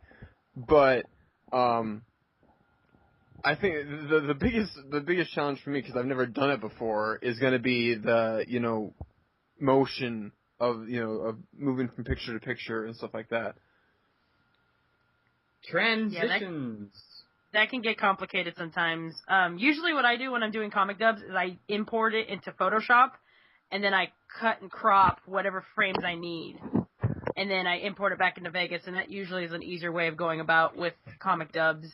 I mean, the comic dubs themselves are pretty simple. They're pretty easy. They're really quick to put out. I think that's the biggest reason why I was like, oh, let's start doing this, because it takes me like a fraction of the time. I must be the only editor that doesn't have Vegas. Probably. I use Vegas, but I'm going to upgrade in like 3 days to Avid. So... I have Vegas, and I barely edit. I use Pinnacle Studio, Audacity. Pinnacle's my shit. I have a Pinnacle HD capture card. I have a Dazzle that I never use somewhere. I have a Hauppauge. Dazzle's not that great. I thought it would record in HD. I was severely wrong. Oh, yeah. Yeah. I used to have Dazzle cards. I didn't know anything. I was just starting out. Yeah, I mean, the comics, I love comics that the MLP fandom puts up, because it's like you're able to get almost a whole story in 5 frames, Yep. And there's some that I like that are really short. I think my favorite comic of all time is number one fan, by the Veggie 55, which if you haven't heard of that one, that one's like Scootaloo as an adult, where she's recently joined the Wonderbolts. Oh, I remember this one. And a little filly comes up to her and acts kind of like she did with Rainbow Dash. History repeats. And there it is. Thank you, Surefire. But Surefire. Yeah. Oh, right. Yeah. Oh, that's right. He's in the call. Yeah, I've been here the entire time, you dick. I forget we have people. I'm like not paying attention to Skype. I just have it on my desktop wallpaper. Dick. Right now it's a Project Horizons wallpaper. I love it. Was it that one that you showed us earlier? I'm gonna go ahead and say that my favorite comics are any of the ones that involve Pear Jacks, because those are hilarious. Wait, Pear Jack? Yeah, they're little. Basically, there's a series of comics where there are a bunch of tiny little Applejacks causing chaos, and one of them has pears on her. Oh, that! And she's always the one that's. They're so funny and cute, and I always see them on Reddit. So. Lost, do you have any favorite comics? From the fandom? Trying to think of any, actually. I know most of the ones that I usually find are really silly. Actually, anything from CSI Mad Max. Okay, yeah. Her stuff is Mad hilarious. Max. Yeah, hers and there's one other comic writer or artist that I can't remember the name, but I recently did a comic dub on Goomba Brony's channel where I voiced Rarity in Rainbow Dash, and it was kind of saucy, but it was really funny though. I don't remember the name of the comic artist. Let's see if I can find him. But yeah, his stuff most of his stuff is really funny. Most of it's inappropriate jokes, but they're really hilarious. I want to say those two. Between those two, most of the stuff that they put out, I freaking love it because it's just so funny. No, I would just like to say that this entire podcast has basically just become us plugging all of our stuff. Yep, pretty much. No. Yeah. Hey, Fireball, I'll send you the wallpaper I was just mentioning. Okay. But, at this, there is one thing that, there's two comics that kind of go against what normal comics do usually. It's like a one-shot thing and then they're done. There are two ongoing comics that I love that, one of them is, Dash Academy. I don't know if you guys have ever heard of that one. Yes, that one. I need to catch up on it. Yeah, Dash Academy, and it actually I've seen this. It updates before. pretty frequently, but Dash Academy is like on chapter 6 right now, and they've got like something like 10 comics per chapter, something like that. Yeah, it's pretty lengthy. Yeah. And the other one being Friendship is Magic by Maraz, which I can't put into words how good some of the comics are. It's all done. First of all, it's all humanized. The main 6 are all humans. But it's done in anime style as well. Oh, I know exactly which one because he's I don't know where he's from, but most of the panels are in Spanish, and he has to translate them into English after he's put them out. Yeah, he does it originally in Spanish, or I think it may have been Portuguese. Yeah, I think actually no, it is Portuguese. Now I'm thinking about it. Yeah, right. You're right about that. He's probably from Brazil because I know that in Brazil they speak Portuguese. Good job. Culture. But anyway, Brazil is a culture victory, Civ. It works. Sorry. But so anyway, I love that comic. Absolutely love it, and it's still going on. It's trying to follow the pilot episodes because Nightmare Moon's the enemy, and right now Twilight's trying to find all of her friends, all the other elements of Harmony, and like each chapter of her story is like her finding another one of her friends, and she's in the middle of recruiting Rainbow Dash right now. And having a little bit of trouble because they go into this whole plot where the Shadow Bolts try to recruit her first. So, one comic that I've been Oh, go ahead. Sorry. No, I was just saying. I was just going to end it off saying, it's really interesting. So, one comic that I've been following is MLP Project. It starts, the first few pages of it are black and white, and most people who start it don't usually finish it just because it looks a little dingy compared to all the other panels. But as the story progresses, though, it gets, like, it's got grimdark tags to it. It's got, like, this crazy storyline of, with Twilight in the main 6 and how Twilight dies, and it's so out there with that, but it's still going, actually. I think they're on page 300 and something now. Wow. Jesus Christ. Yeah, it's still going, but it's really good. Like, once you start reading it, you're hooked. It's really bad. It's like Homestuck. Yes, it is. It's just it's like Homestuck. But yeah, that's one that MLP project, because I don't think they have an actual title, but that was the title of it if you search it on DeviantArt. Yeah. All right. So another thing I like to ask guests that come on the show is if you're especially now, being that it's the beginning of summer, any conventions that you're looking at going to? I'm trying right now. If everything goes to plan, I might be in the UK the last 2 weeks of August, so I might be at Buck. Okay. Actually, I'm not sure yet. I haven't figured that out yet. I'm still working out details, but what a lovely title. Yeah. But yeah, that was one convention I'm hoping to go to if everything falls into place. Yeah, I think that's the only one. I wanted to go to BabsCon this year, but because I'm on the West Coast, but I was working at the time, and it was just no, things just didn't happen. It was like, nope, that's not gonna. You're not gonna go.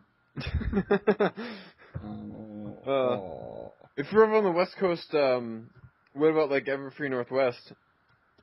I was thinking about that too, actually, but that's a bit of a fly out for me, especially if I'm going to the UK. It's like I gotta choose which one do I want to really go to. Yeah.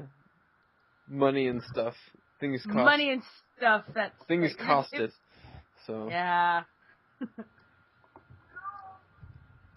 Was there any cons that you guys were going to go to? Most of us are going Equestria. to Equestria in beautiful Houston, Texas. Yeah, and, actually, every single one of us except for Surefire is going. And I already went to Midwest Brony Fest in Kansas City 2 weeks ago. So. Yeah, I haven't seen too much. The only thing I've seen from Midwest Brony Fest so far has been the panel that had Kelly Metzger and Peter New. Because a lot of stuff didn't happen in Midwest Brony Fest. This stuff didn't happen at all. I mean, it was definitely an awesome con, especially that Kelly Metzger and Peter New panel. That was hilarious. They're funny together. But there was a Journey of the Spark panel. There was Soul Rack's panel where he showed off a bunch of new stuff, which was pretty cool. I wish he would show that panel, but he probably won't. Because we got to see the first episode of his animated show. I forget what it's called. Soul Rack something, I can't remember. I also Soul Rack's Guide to How to Yell Without Killing Your Voice. No, it's called Soul Rack Ventures. Yeah, it's called Soul Rack Ventures, and I learned something. You know where he got that name, Soul Rack? It's his name spelled backwards. Yeah, dude, we've known for like forever that it's Carlos spelled backwards. I never knew that. So I mean, I guess I never even thought of it. I mean, but yeah, makes sense. But it's weird because like he was in the what do you call it? I guess the merch room, and he was sitting down. He's playing Super Smash Brothers because they had a Wii there, and he got up. And this guy came up to him, and I stand right there. He's like, come on, you got it. He pulled out his phone. He's like, come on, yell for me, will you? And he went, he said something. He's like, it's my best friend's birthday. She loves you. Can you please, yell? And he went, hi, Soul Rack. Nice to meet you. Happy birthday. And he was really calm and quiet about it. This guy's, no, come on, yell. And he kept on being like really calm and polite about it. And it was just hilarious to see that other guy get so frustrated. Because he's such a nice, calm, quiet guy, which is really weird. Yeah, it really is, because you watch any of his updates videos, he's like, alright everyone, so I'm just going to talk to you guys about what's happening so far. He also records in his car, apparently, which is weird, because I'm just screaming out in the street. Well, yeah, I mean, if you've ever seen any of the Jack's videos, he records inside his car. And guess what? Soundproof studio right there. I rarely have to yell, like, whenever I'm doing a narration or actually voice acting. I think, like, the last time I actually yelled into the microphone was when I was doing a thing for Destined, and I had a cold at the time, so I had, like, phlegm in my throat, so it made my yell sound way better. Who were you playing?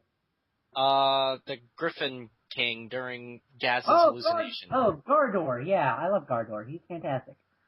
Yeah. Couldn't remember his name. It's Gardor. I knew that if I remembered his name, I'd pronounce it as that Pokemon. Gardor. That trash Pokemon. Oh. Well, I just know that the rule for all of my Griffin names are they all start with G, so interesting. That's just me. No, I've had to do some scream effects before on some of my readings. And those can get fun, especially the last one that I put up where I had to, I think I was playing an OC pony and she was having like a panic attack and I had to do a scream effect. And I was screaming so loud that my neighbors thought something was wrong and they were going to call the cops. So,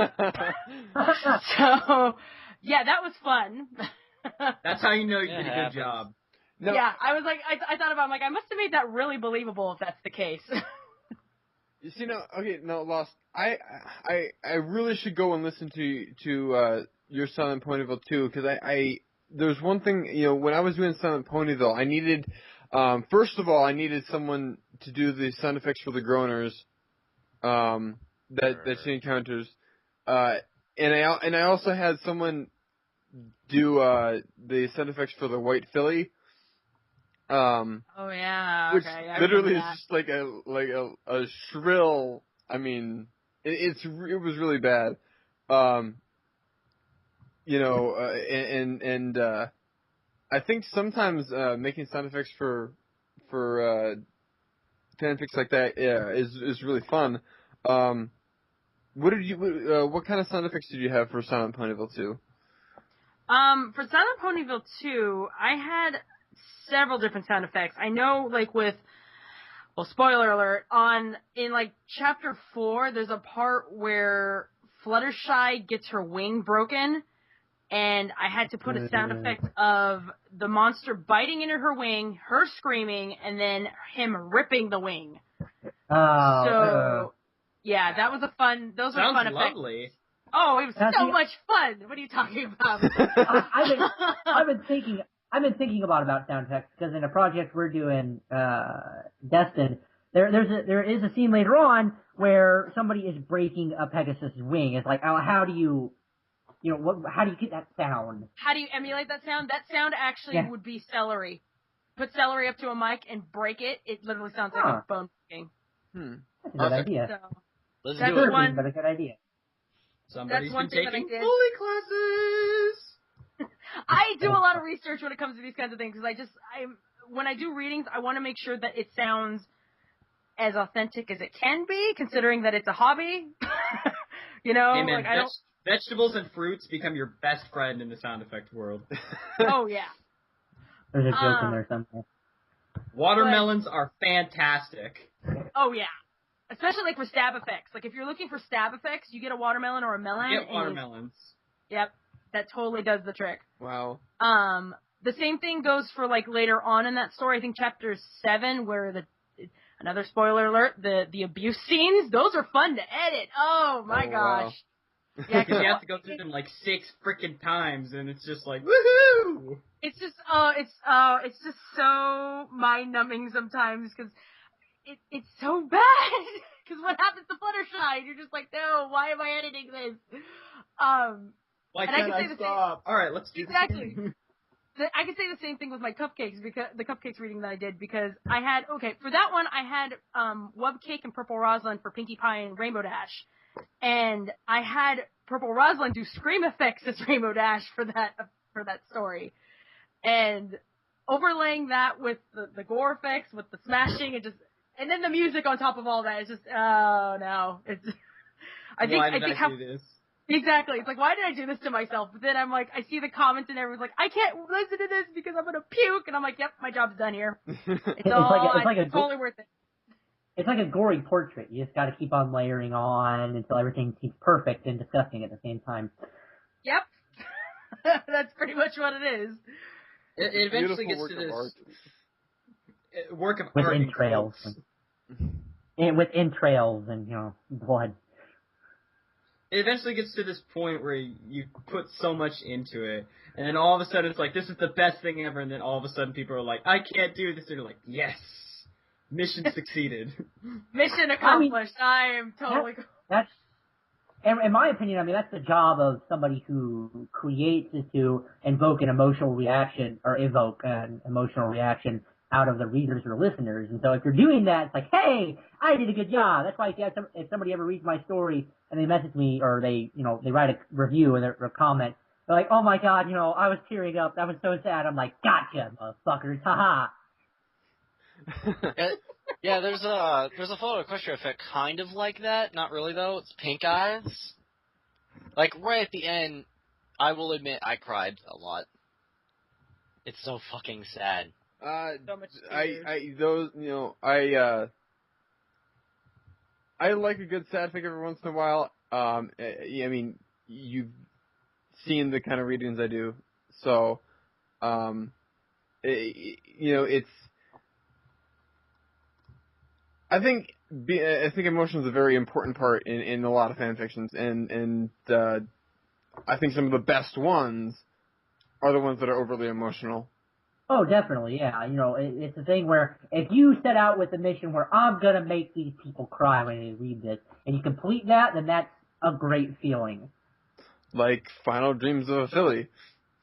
Yeah, it's mission like succeeded. You knew that guy was like, that's it. These people are not gonna leave this story with dry eyes. That was his goal in life, and he succeeded quite well. And I can't remember if yours truly was meant to be a sad fic or not. It ended up being one. But... Oh, yours truly? Yeah. I would assume that would have a sad tag, but I don't think I would consider it a sad fic at the end. Oh, no, well, yeah. Yeah, I could see it. The end was, I was not expecting what happened at the end of that fic, so... But, yeah. Yeah, sad fics can be hard to do sometimes, particularly because if it's not written correctly, it's not going to convey the right emotions. It's going to be pretty awful. Oh, yeah. So, I've read a few. Oh, what was that?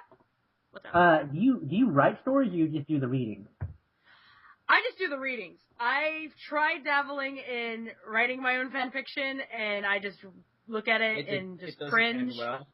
No, it doesn't. So I'd rather just read it because I'm an appreciator of the arts of that type of stuff. But yeah, no, I don't. I wish I could write some stories. I've got ideas, but I just know I don't have the patience. Oh, that's the worst thing when you're like, I have this awesome idea and no way to implement it. Fantastic. Yeah, happens all of the time. Oh yeah. But no, yeah, I just particularly sad fics. I don't know. I like the sad fics. I've done a few of them, and I know some of them are I've gotten comments of oh, people are like, I'm bawling my eyes out. And I'm like, okay. I guess I did my job. Whatever, bro. I know, whatever, bro. I just because I feel bad and just I don't know. It's. Oh, you're not supposed to feel bad. I mean, it's like you did that fic for the sole reason of making people cry. You wanted to see it. The thing about the fanfics or the fanfic readings is that I do them because I want people to feel immersed in the readings. And I want them to appreciate it for the way I appreciated it. And sometimes it's really hard to do that. It can be the biggest pain in the butt sometimes, but I don't know. I find fun in it. It's fun. All 17 hours it sits in Sony Vegas. Oh, yeah. Oh, man. This might be just me whenever I'm doing some in Audacity, but there eventually gets to a point where you've edited it for so long that you just stop trying to make it really good. Instead, you spend 20 minutes screwing around with it and trying to make it absolutely horrible, but still really funny. I've done that.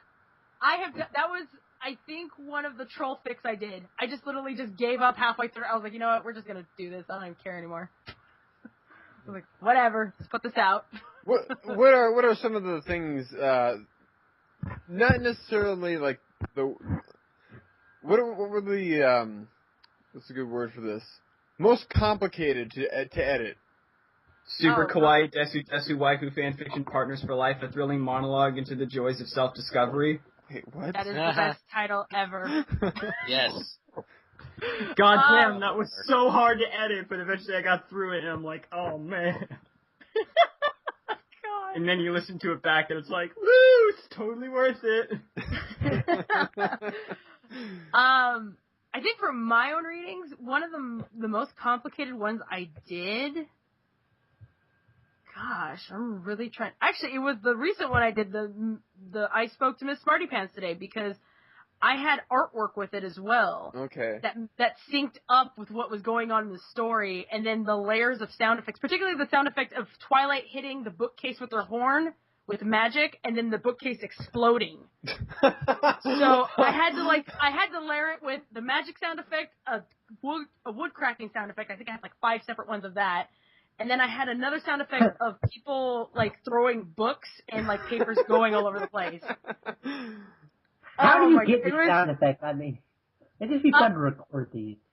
Freesound.org. That's where I get most of my sound effects. But you have to be the problem with that website is that like if you want gore effects, they're not under gore. You have to type in vegetables and you get them there. It's really weird.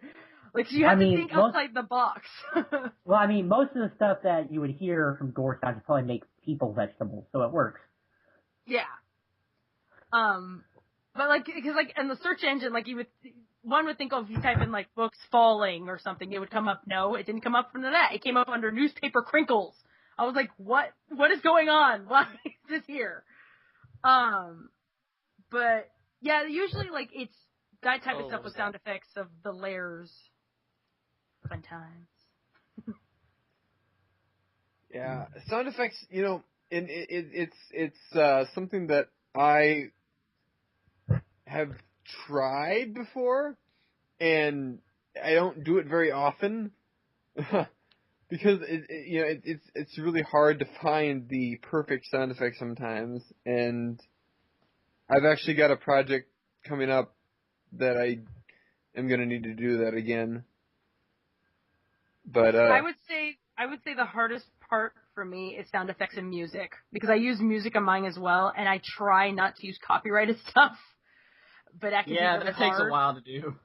Oh yeah, but just finding the right kind of music to fit the scene, that is very hard because music can make anything. It can make the scene or it can make it completely terrible. Music is one of the most important things, especially in an audiobook where you don't have visuals. The music needs to convey the tone a lot of times. I got lucky and found someone to make original music for me, but that was that's not. Musicians are hard to find, though. Oh yeah, no, I completely agree on that one. A musician who's willing to stick around for a project so long, or however short. Right. You are very lucky. I'm envious. I'm extremely envious. But Quiet Water is amazing at what he does, too. Quiet Water, yeah. I mean, like, not just for fanfic readings either, but, like, he also did all the music for the Mansion, I guess, game? I think you can call it a game. Oh! Is that the one with Final and Octavia? Or no? No, I think I know what you're talking about, but no, the Mansion was a choose-your-own-adventure game. Oh yeah, that involved Trixie and Twilight. I narrated everything. Let's put it that way. And this is a choose-your-own-adventure game, so there was a lot of stuff. Right. I mean, because it was originally done on DeviantArt, and there was like 207 pages, and each page had its own narration. And sometimes it would have dialogue with it as well, but most of it was narration. I remember writing up the script for that, and I needed to do it in, like, 2 parts. Like, the first 100 pages, and then, like, you know, the second 107 pages or whatever. That was a long project. Yes, it was. Yes, it was. You got it out there pretty quick, though. Me? And, like, that long. It took, like, 6 months. I mean... Really? Like, from when I started scripting it to when it actually got up. And like, literally, the hardest part was not the editing, because I needed to also upload and put annotations on, 207 videos. And then someone turned it into a Flash game? That was awesome. Yeah, the Flash game came out shortly after I did my project, and then he came to me and said, "Hey, I don't have voice acting or music in mind. Do you want to, like, help with that?" And so you guys just combined it. Yeah, we just combined it. Yeah. That's awesome. So I narrated practically 200-something pages of a Flash game, choose your own adventure thing. Yes. Putting Nimbus on the map. I'm proud of that. It's probably the longest thing I've actually done. Until we do Fallout Equestria. Fucking hell, yeah. But even then, I'm not narrating that. From what I guess that's true. You're not narrating that? Little Pip's the narrator. Yeah, Little Pip's the narrator, so... Fuck, that's gonna be a lot of work for one person. Yeah, hey, Elizabeth will be able to do it. It's a good thing we're not paying anybody. Pay someone per word? God, we'd have to give them a penny per word. That would be a lot. That's a lot of pennies. That's a lot of pennies. I mean, that's like $100 for like what, 5 chapters? Well, I mean, hold on. If you're talking about just a penny, the entire fic itself is only 600,000 words, right? So you'd be looking at what, $6,000 for the entire fic? I don't got that kind of money, that's for sure. No. No. Over the course of years, by the way, it would take to do that fic. Yeah, that's why, when I realized I'm not a narrator, I'm like, oh, I should probably actually try to get a different part. Try to get a secondary or a major character. By the way, Lost, one of the main reasons I have voice actors is because I can't do the voices for most of the characters. No, I have the same problem too, don't worry. You're not I can do some of the characters, but like if I ever tried to do a Pinkie Pie fic, I'd have to pull somebody for that. There's no way that that's going to happen. Like, truth be told. Yeah. Even worse when you realize that most characters are female. And it's like, well, I can't do female voices. Yeah, that's the problem. A bit of a problem. I've only ever done one female voice, and it was like I randomly did it, and apparently it sounded like a female voice. Apparently. I was playing Borderlands 2 with a friend, and we were on that pirate DLC, and I tried imitating Captain Scarlet, and I managed... And I did it somehow, and somehow I did it. My friend's like, how did you do that? I'm like, do what? You imitated her voice exactly. I'm like, I did? That's a good deal. So no way. Lost, what characters do you specialize in? I don't like to say I specialize because I think, frankly, most of my characters are crap. But a lot of times I've AJ, RD, Mrs. Cake, Zecora actually is a new one that everyone's like, oh my gosh, you sound like her. Queen Chrysalis. Those are and Rarity is another one too. But those, I would say those are the characters I'm probably the most comfortable and the strongest voicing in. Don't you do a really good vinyl as well?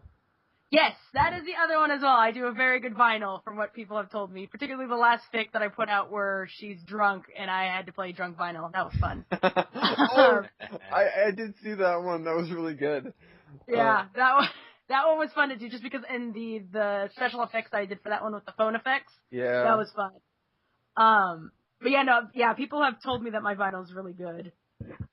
So, which is actually surprisingly enough, my vinyl voice is just my morning voice. So, and it's cooler. I get, well, cause it's normally I have to warm up my vocals for like any of the other characters, but with vinyl I don't have to warm up or anything. I just go right into it and it's just a cooler version. I guess that's the best way to put it. I normally just talk to myself for like a good 5 minutes before I start narrating. Because like if I try to start narrating, like I'll be like, and then I'll be like, okay, I need some water, and then I'm like, and then stuff happens. You just stumble over yourself. That's what I do usually. When I start reading, the first few takes, I'm just like completely just stumbling and just screwing up all the lines, and I'm just like, Fireball knows. He like when I was trying out to be a narrator, he made me narrate one thing, and he gave me some tips, and then I've just been improving ever since then. Sweet. What did I give For me, I don't remember what you made me narrate first. What was for that? me, I can talk in front of a microphone all damn day. I can make funny voices to myself all damn day. But the problem is, as soon as I get a microphone in front of me, I'm like, I have to do a voice. It's like, fuck. I need to really, really prepare for this. I have to psych myself up to do that. Yeah, how was it auditioning for your two characters that you wanted to do for? Well, I had one I didn't sing. I had one I didn't sing you because I didn't feel confident with it. But for Calamity, here's the thing. It's like, oh, he has a southern accent. It's like, well, I live close enough to the South. I've lived around southern accents my whole damn life. It's like that ain't hard. I can do that. And who else did I audition for? Was that? Oh, Red Eye.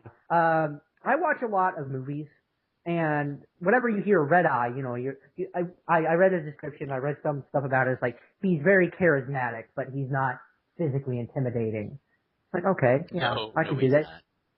It's like, so how do you do that? One of the things I always latched onto is all those really charismatic bad guys in movies tend to have the very aristocratic Southern accent because it makes them seem non-threatening yet very, very charismatic. Something like Calvin J. Candy from Django Unchained or Arliss Lovelace from Wild Wild West. Or President Eden from Fallout 3. Exactly. Yeah. Yeah. It's just one of those things. But my problem is I'm not very confident in my voice because I have a bad lisp. And so any lines I do, I listen to them back. I'm like, no. But sometimes you just, that's something I can't control. That's just not something I can get rid of. So I just have to go, fuck it, it's getting sent. I can't do anything about that. I think one of the harder things we're going to have with Fallout Equestria is finding someone to do God's accent. I've gotten a lot of auditions for it, but I don't. For who's I don't know what accent. Dina Grimfeathers. She has this accent that I completely forgot existed when I was looking up lines for people to audition with. Wonderful. And I'm like, wait, she has an accent? Crap. It's I want to say Australian, but I feel like that's not correct. She's a griffin, right? Yeah, she is. She's like a I kind of figured a griffin would be Griffin. Russian. She's like a veteran griffin. But, if you go read her lines on the auditioning document, it's like, whoa. Okay, this is going to be a bit tricky. I really hope that people got that idea when they did the auditions for that, but... Lost... I typed, a whole paragraph of her talking in the accent, word for word, and it's a pain. Okay. Yeah, Lost, I think you could easily play a griffin if you tried. You have the voice I have already actually played a griffin, but not an accent griffin. I had to voice something for Scribbler for one of her stories, and I was an OC griffin. It was a gruff, pissed off kind of voice, and every other word she said was an F-bomb. So it's amazing. Isn't every griffin like that, though? Yeah, it's pretty much, yeah. Well, the griffin I write can't be like that because we have standards, apparently. No, we have ratings we have to abide by. We do? Yeah. What about all those stories we did earlier? There's in Fallout Equestria, from off the top of my head, there's maybe 4 or 5 griffins, maybe 6 at most. But they're they don't show up in every other chapter. It's every 5 or 7 chapters. They're not common. I'm actually really bad with accents. That's the reason why I pulled Scribbler and another friend of mine. I pulled them for, like, Octavia, because I can't know that doesn't happen. I'm pretty solid with accents as long as it's something that I'm used to just talking to myself in. You know, Yes. I can pull off a British, sometimes I can pull off an Australian. Southern isn't that hard, like I said, you know, that's just commonplace for me. But now where the hell did I put my bloody tea? I know I just had it. Where the fuck? There's one. I don't know how the fuck Blaze does that Irish accent again and again with Strider. That's a hard accent to pull off. I can't do that. You hear him do it. Good morning to you. Oh, they took my Lucky Charms. Oh no. It's like you hear him. It's like the you hear damn him do kids, it. get that in my garden. I can't It's do so, Brit. Whatever the hell this perfect. is. And damn. He's so good at it. It's like, he is. How are you doing this? Well, then again, he does specialize in like accents and voices and stuff like that. Yeah, I remember whenever he first auditioned for Strider, he gave me 3 possible accents. He gave me Scottish, Cockney, and Irish. And frankly, it's between the Scottish and the Irish, and I finally settled on the Irish. So Lost, how did you get in touch, like meet up with Scribbler and start doing collabs and stuff like that? I actually messaged her, because it was a while back, but she was like, I'm open to working with people, and I was like, alright, let's just message her and see what happens. And she messaged me back, and then that's when she wanted me to voice, Mrs. Cake for her for Soren's Quest. It was a slice of life little fic that she put together. And then that's when I realized I could do a really good Mrs. Cake. But, after that, then we just started talking, and then we kind of became friends after that.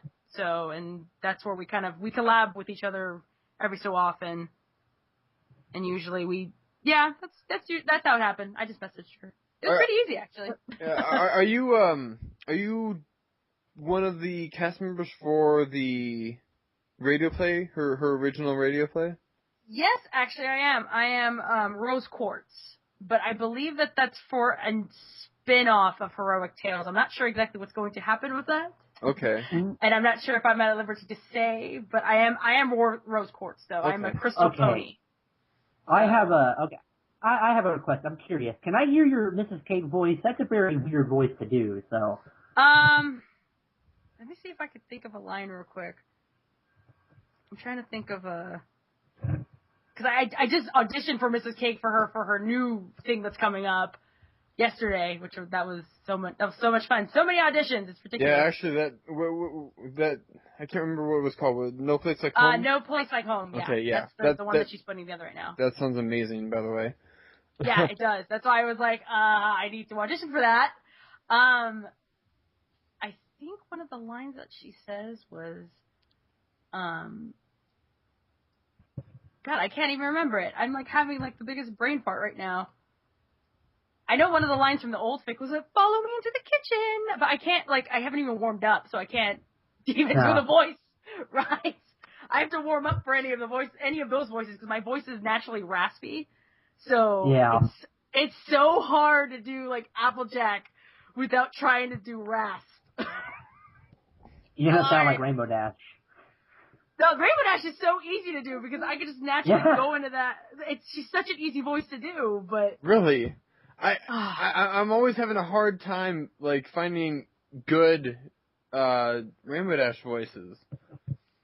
Well, it's like, because I have trigger phrases for each of the characters. It's friendly neighborhood Rainbow Dash. Like, I can pull that line up, and it gets me into the character, and it's easier for me to do all the lines like that.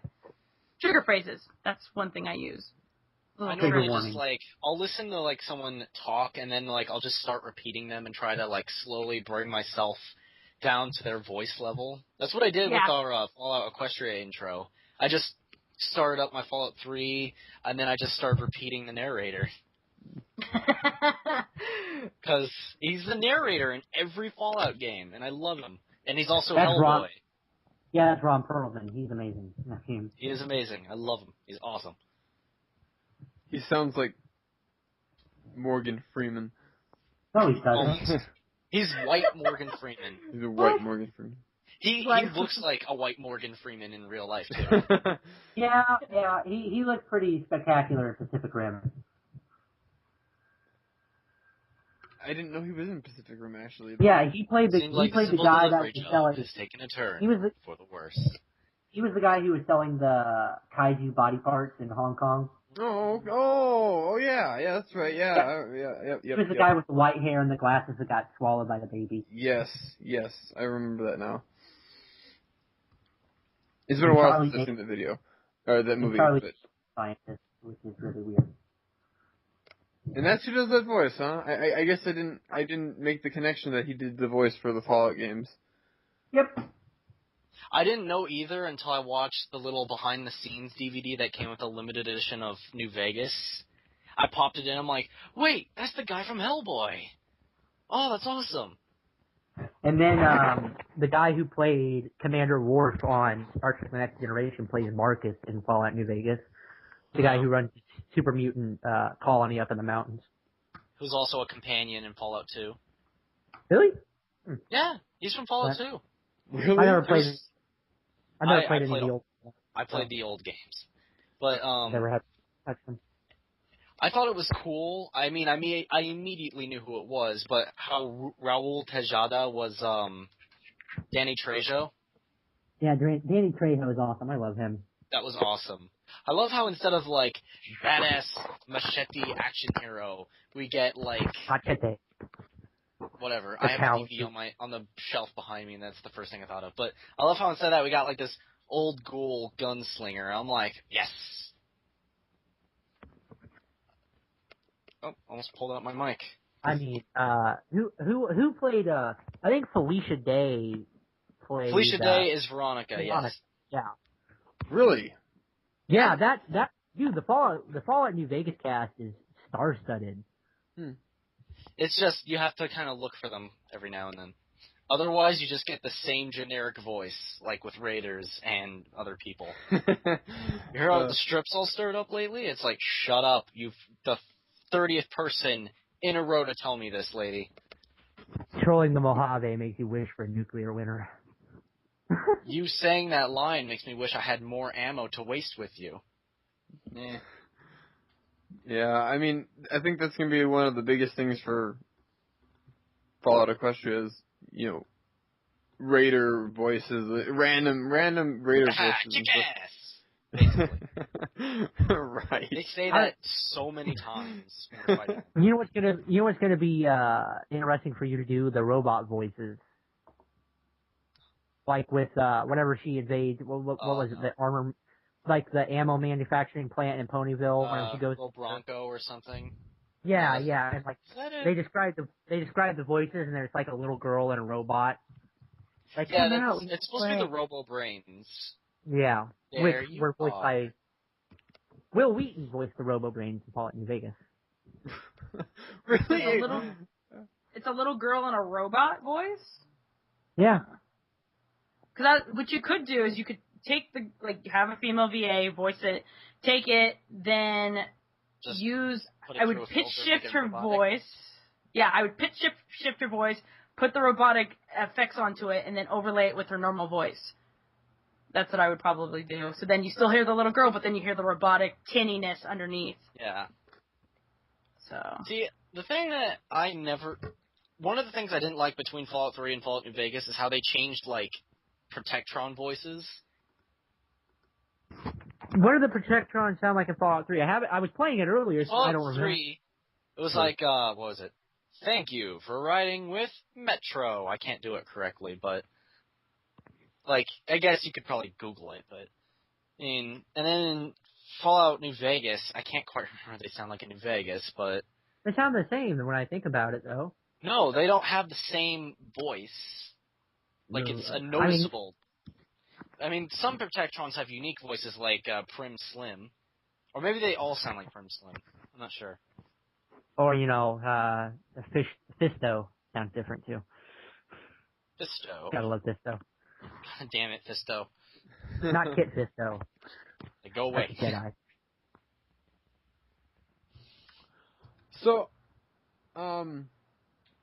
We've been going for 2 hours now. Yeah, I think it's about time to wrap it up. Yeah, I think it's about time to. Oh, good. We wasted enough time. Perfect. Just enough time. We're running out of stuff to talk about. I was gonna have to start talking about what's in my kitchen, stuff around me. Describe my room slowly. I don't know. We're running out. That would be so riveting conversation. So talk about poster one by one. So anyway, thank you for joining us, Lost. Yeah, thank you. Pleasure to meet you. It was a pleasure being on here. Don't lie to us. So, make sure to tune in next time. I don't know what we're going to be doing next time, so it'll be a surprise. Yay! Hey! And until then, I am Lightning. It's not what it says in Skype. Yeah, I know. Yeah, I am BT, as always. I am Overlord Aeon. I'm a changeling. And we will see you all next time.